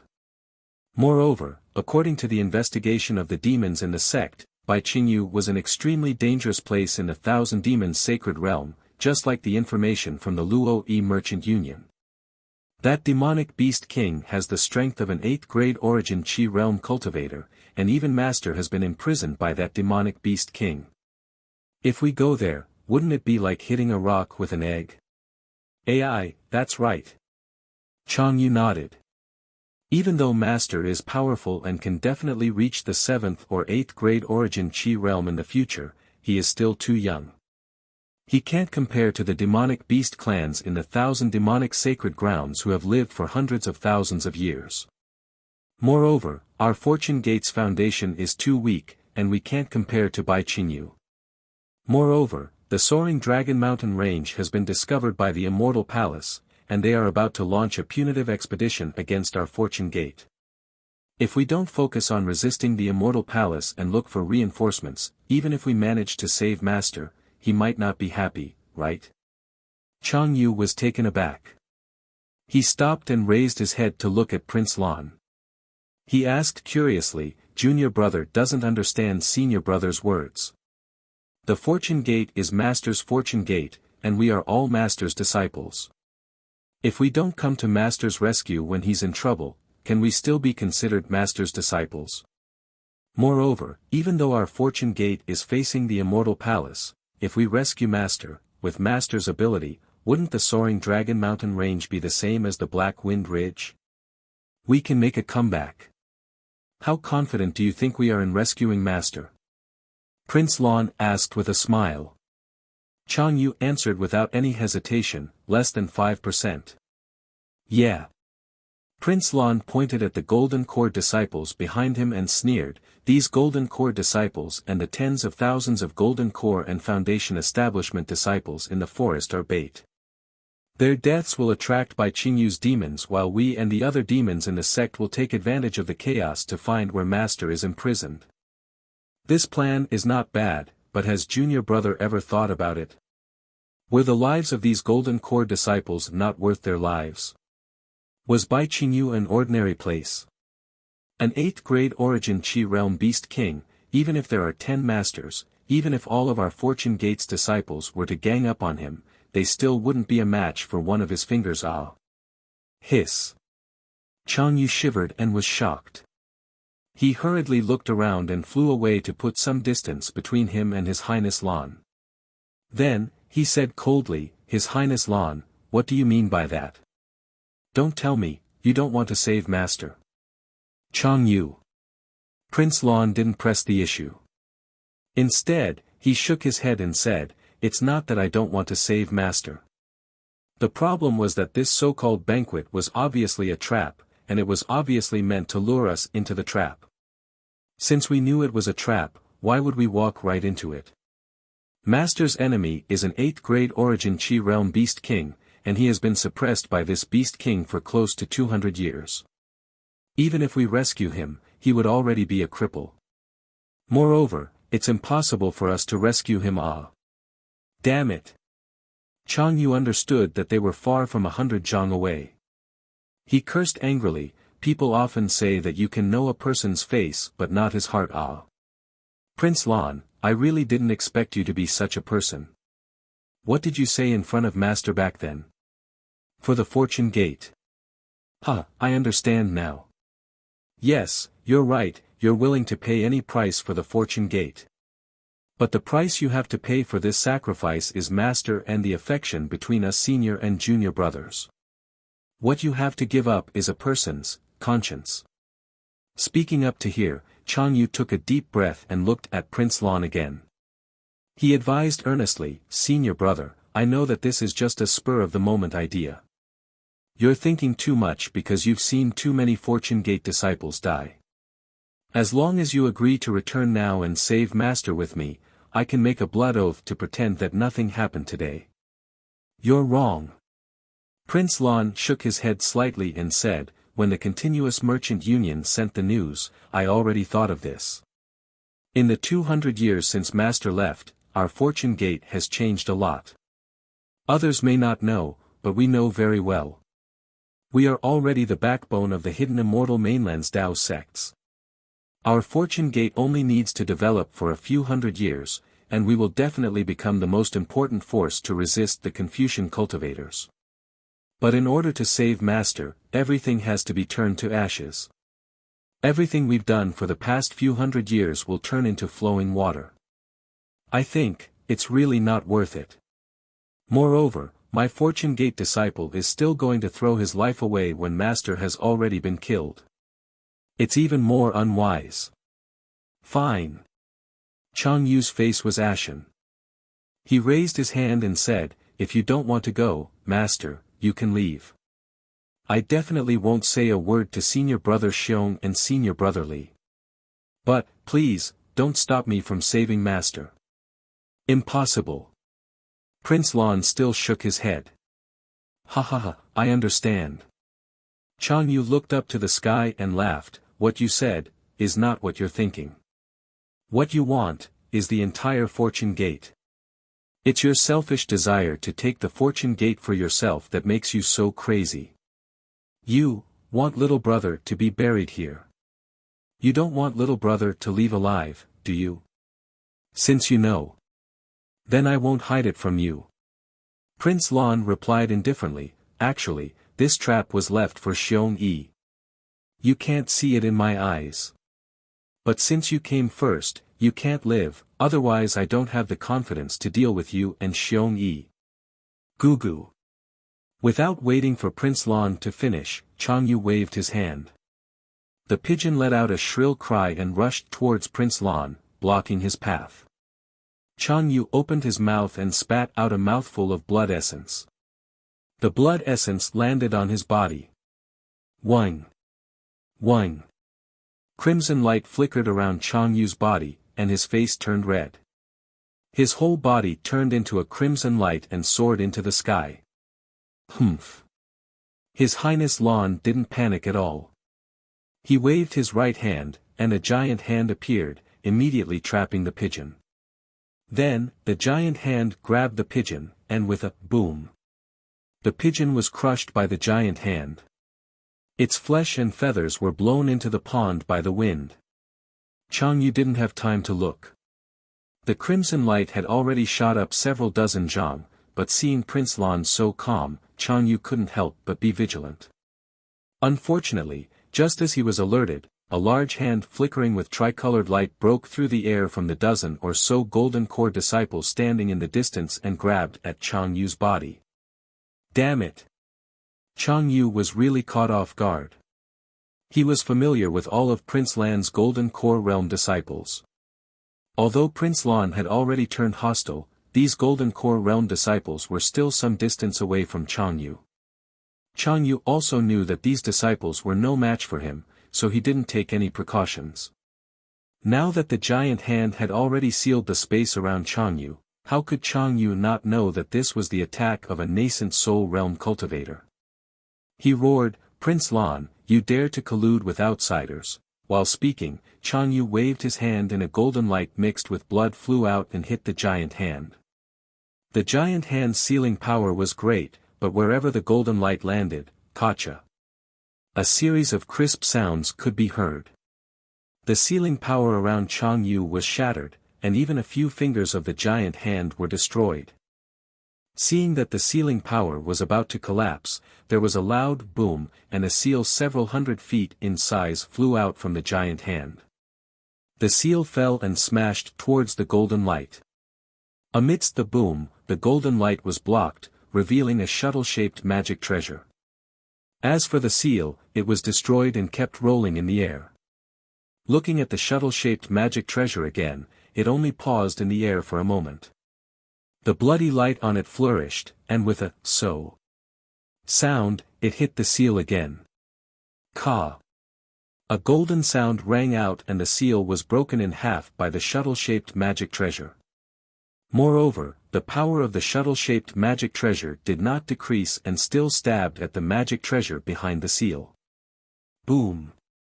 The giant hand obviously could not withstand the sharpness of the magic treasure, and the fingers began to collapse. What a good Taoist shall! A voice rang out from behind the gold core disciples. Then, another crimson ring of light descended. The fluctuations on the ring of light were like boiling water, causing the surrounding space to tremble. After the flying magic treasure was enveloped by the fluctuations, it was like a spirit snake that had been struck by its weak point. No matter how hard it struggled, it was unable to break free. While Chang Yu urged the magic treasure, his figure did not hesitate at all and still turned into a bloody red color and rushed out of the pool. At this time, the voice laughed coldly and said, "Want to leave?" Along with this voice, another nascent souled giant hand fell out of the air and grabbed at Chang Yu like a meteor. Humph! Chang Yu did not care to see who it was. He rubbed his hands and several rays of light fell into the air, and layers of water ripples appeared in front of the giant hand. However, at this time, Chang Yu was suddenly shocked. His figure quickly rushed up, and with a wave of his hands, another ray of light fell below him. Unfortunately, before that ray of light could form, another giant hand several times larger than the previous one appeared below him. This giant hand was even more powerful than the previous one, and it grabbed Chang Yu. The strength of the giant hand was so great that Chang Yu's body was immediately crushed. Looking at the water ripples that Chang Yu had just used, they had already defeated the giant hand above him. Chapter 43-65. It turned out that the giant hand above Chang Yu's head was only used to lure the enemy. It was only an empty shell, and Chang Yu had actually fallen into the enemy's trap. Chang Yu's body shattered, and as his flesh and blood scattered, a 1-foot-long crimson infant flew out from the top of Chang Yu's head. This nascent soul held a shuttle-shaped magic treasure in its hands, and its face was filled with anxiety. Just as the nascent soul was about to activate the magic treasure, the light from the magic treasure flickered several times, and the flying shuttle that was trapped by the halo could not escape. The nascent soul spat out a mouthful of true yuan, which landed on the flying shuttle in its hands. The heaven-earth yuan qi around the flying shuttle condensed into a hurricane, but unfortunately, the flying shuttle had just taken shape and could not fly out. The giant hand that tore through Chang Yu's body rose again, and once again enveloped Chang Yu's nascent soul. At this time, Chang Yu no longer cared about counterattacking. Instead, the light around his body flashed rapidly, and a small part of his body was rapidly disintegrating. It seemed that he wanted to use teleportation to escape. It was also at this time that Lan Wang opened his mouth. Swoosh! A sword-like golden light rushed out, and the golden light streaked across the sky. Pooh! It pierced into the nascent soul's body, and Chang Yu's nascent soul that had just disappeared reappeared, and it was rapidly shrinking towards the golden light. Then die. Chang Yu saw that he was no match for the enemy, and knew that there was no way out. Boom! His entire nascent soul exploded. Seeing this, Lan Wang urged the nascent soul's hand, and hurriedly shouted at the group of golden core cultivators, "Senior Qing Su, quick, don't let him attract the attention of others." Behind the golden core cultivators, spiritual master Qing Su's figure appeared, but he did not listen to Lan Wang's words. Instead, he raised his hand, and the dozen or so golden core cultivators who were unprepared were all caught by him, and their magic power was sealed. Senior! Lan Wang was shocked. What are you doing? Spiritual Master Qing Su did not answer Lan Wang at all. Instead, he waved his hand, and the dozen or so golden core cultivators were all thrown into the explosion of the nascent soul. Pa pa pa. A series of explosions sounded, and blood splattered everywhere. Minced flesh and broken limbs fell from the air, and pu. They fell into the pitch-black pool. Qing Su Zhenren, what are you doing? Seeing that Chang Yu's nascent soul had disappeared in the wake of the shockwave, his nascent soul's hand had also collapsed from the explosion, and the entire pool had been blown up into the air along with the countless algae and lotus flowers. When the pool water fell back down, it was soaked in the blood of a dozen golden core cultivators. In the entire sky above the pool, other than himself, there was only Reverend Qing Su. Prince Lan could not help but say angrily. Taoist Master Qing Su did not answer. He raised his hand and pointed. The halo fell and Chang Yu's flying shuttle fell into his hand. Spiritual Master Qing Su stroked the flying shuttle which was still unyielding like a spirit snake and sighed, "Spiritual Master Shao, O Spiritual Master Shao, you are indeed a genius. The magic weapon you casually gave to your disciple can be so powerful. This old man is truly impressed." Spiritual Master Qing Su opened his mouth and a spiritual talisman fell down, imprisoning the flying shuttle and keeping it in his arms. Only then did he release his divine sense to check for a moment and said to Prince Lan, "Since Chang Yu is in danger, how can you not be injured? Since you are injured, how can your disciples return alive? Moreover, these disciples have seen you kill your own junior brother. Do you think you can rest assured that they are still alive? But, these are my trusted disciples that I have painstakingly cultivated." Prince Lan was really angry. The entire fortune gate will be yours in the future. Do you still care about these small sacrifices? Daoist Master Qing Su took out the universe ring from his bosom and threw some demon race corpses into the pool. He smiled and said, "Moreover, after you kill Xiong Yi and bring these disciples back to the hidden immortal mainland, not only will the Grand Mist Ancestor reward you, he will also send you more subordinates. These disciples today are nothing. I am not greedy for the Ancestor's reward. I just don't want the fortune gate that I have painstakingly built to be destroyed." Prince Lan was still angry. Spiritual Master Qing Su smiled and waved his hand. "There is no need to say any more. Chang Yu's death must have attracted the attention of the fortune gate's disciples. Moreover, Xiong Yi will be here soon. You better think of an explanation quickly." "Humph." Prince Lan snorted coldly and didn't say anything. He knew that Spiritual Master Qing Su was telling the truth. However, he only flew for 1,000 feet before he cursed, "Damn it. How could Chang Yu arrive first? How could his death not arouse Xiong Yi's suspicion? How should I kill Xiong Yi? Moreover, why was this Chang Yu so stubborn? Master can't save him, so why can't he protect the fortune gate? Since you can't kill him, then follow the Ancestor's plan. Bring the disciples to attack Bai Qingyu and find an opportunity during the battle. The Ancestor will also arrange for disciples to assist you. Even if you can't kill Xiong Yi, your prestige will surpass Xiong Yi's.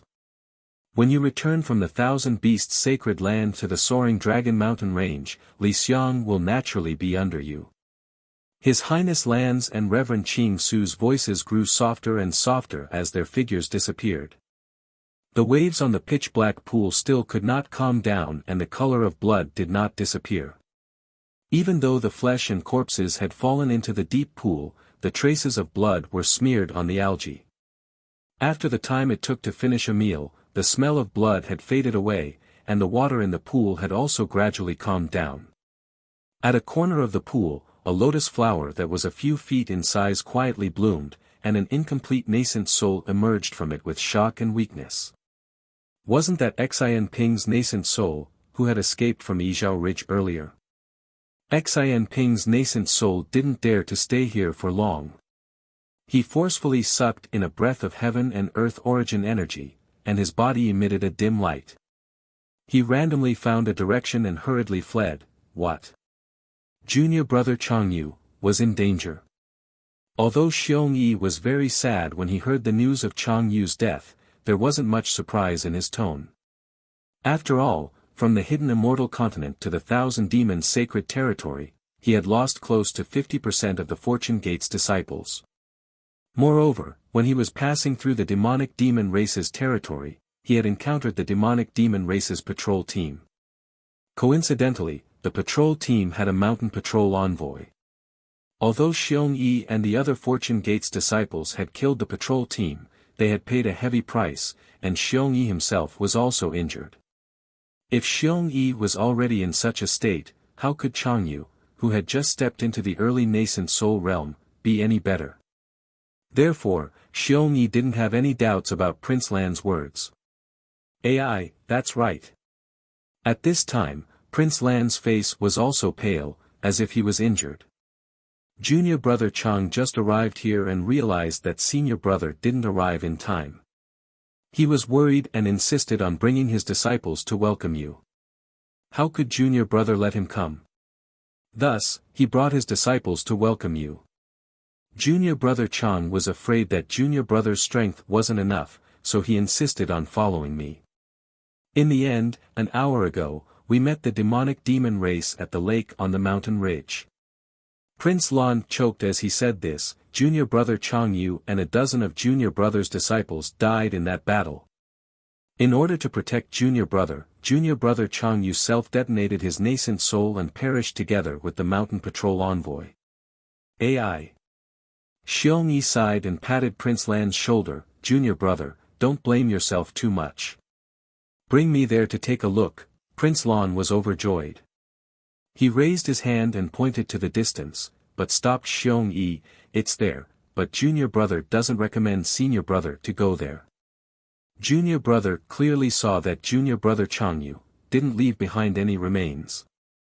Moreover, the mountain patrol envoy died, who knows if their mountain patrol master will come. Did you bring back junior brother Chang's belongings? Xiong Yi asked again. Junior brother Chang's natal magic treasure has already exploded. Junior brother didn't have time to pick up his storage bag, so it should have fallen into the lake. Prince Lan didn't take these things back then because he wanted to lure Xiong Yi back. However, Xiong Yi thought for a moment and sighed, if you didn't take them, then don't take them. Most of junior brother Chang's belongings were left to the Soaring Dragon Mountain Range disciples. Whether we can return today is still a question. What do we need those things for? After saying this, Xiong Yi instructed, let's go quickly. After we meet up, we'll quickly change locations. Since we've already attracted the attention of the mountain patrol master, it's inevitable that there will be a big battle. Yes, senior brother. Prince Lan couldn't help feeling disappointed, but he didn't dare to refute and nodded his head in agreement. Although Xiao Hua had made it clear before leaving the Soaring Dragon Mountain Range that the entire Fortune Gate would be jointly managed by Xiong Yi, Prince Lan, and Li Xiang was different from Xiong Yi and Prince Lan. He was more of a supervisor. Compared to Xiong Yi and Prince Lan, Xiong Yi was more proficient in sect affairs and had great foresight. His ability to judge the situation and size up the situation was better than Prince Lan's. Therefore, although the two of them discussed many things, and Xiong Yi also listened to Prince Lan's opinion, Prince Lan was well aware that he couldn't compare to Xiong Yi. The matter of going to the Thousand Beasts Sacred Land to save Xiao Hua was also arranged by Xiong Yi. When the two nascent soul cultivators returned to the Forest Sea, the Fortune Gate disciples all sighed when they heard that Chang Yu had fallen. However, Chang Yu didn't have many disciples, and the number of Fortune Gate disciples that died this time was too high, so no one suspected anything.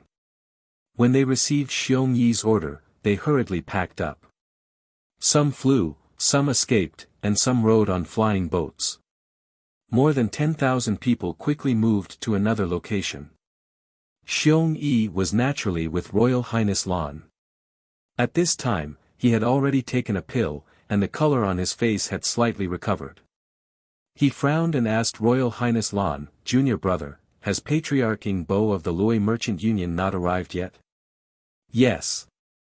Prince Lan nodded and replied, Junior brother has been waiting here for more than 10 days, but I haven't seen any demonic beasts from the Flowing Merchant Union. Moreover, we didn't set a specific time with him. Judging from the itinerary, it should be in the next few days. Xiong Yi pondered for a moment and nodded slightly. This place is not far from Baiqingyu. If we continue forward, I'm afraid we'll attract Beast Monarch Baiqingyu's attention. We can only wait here for a few more days. After we meet up with Ing Bo, we'll find a suitable solution.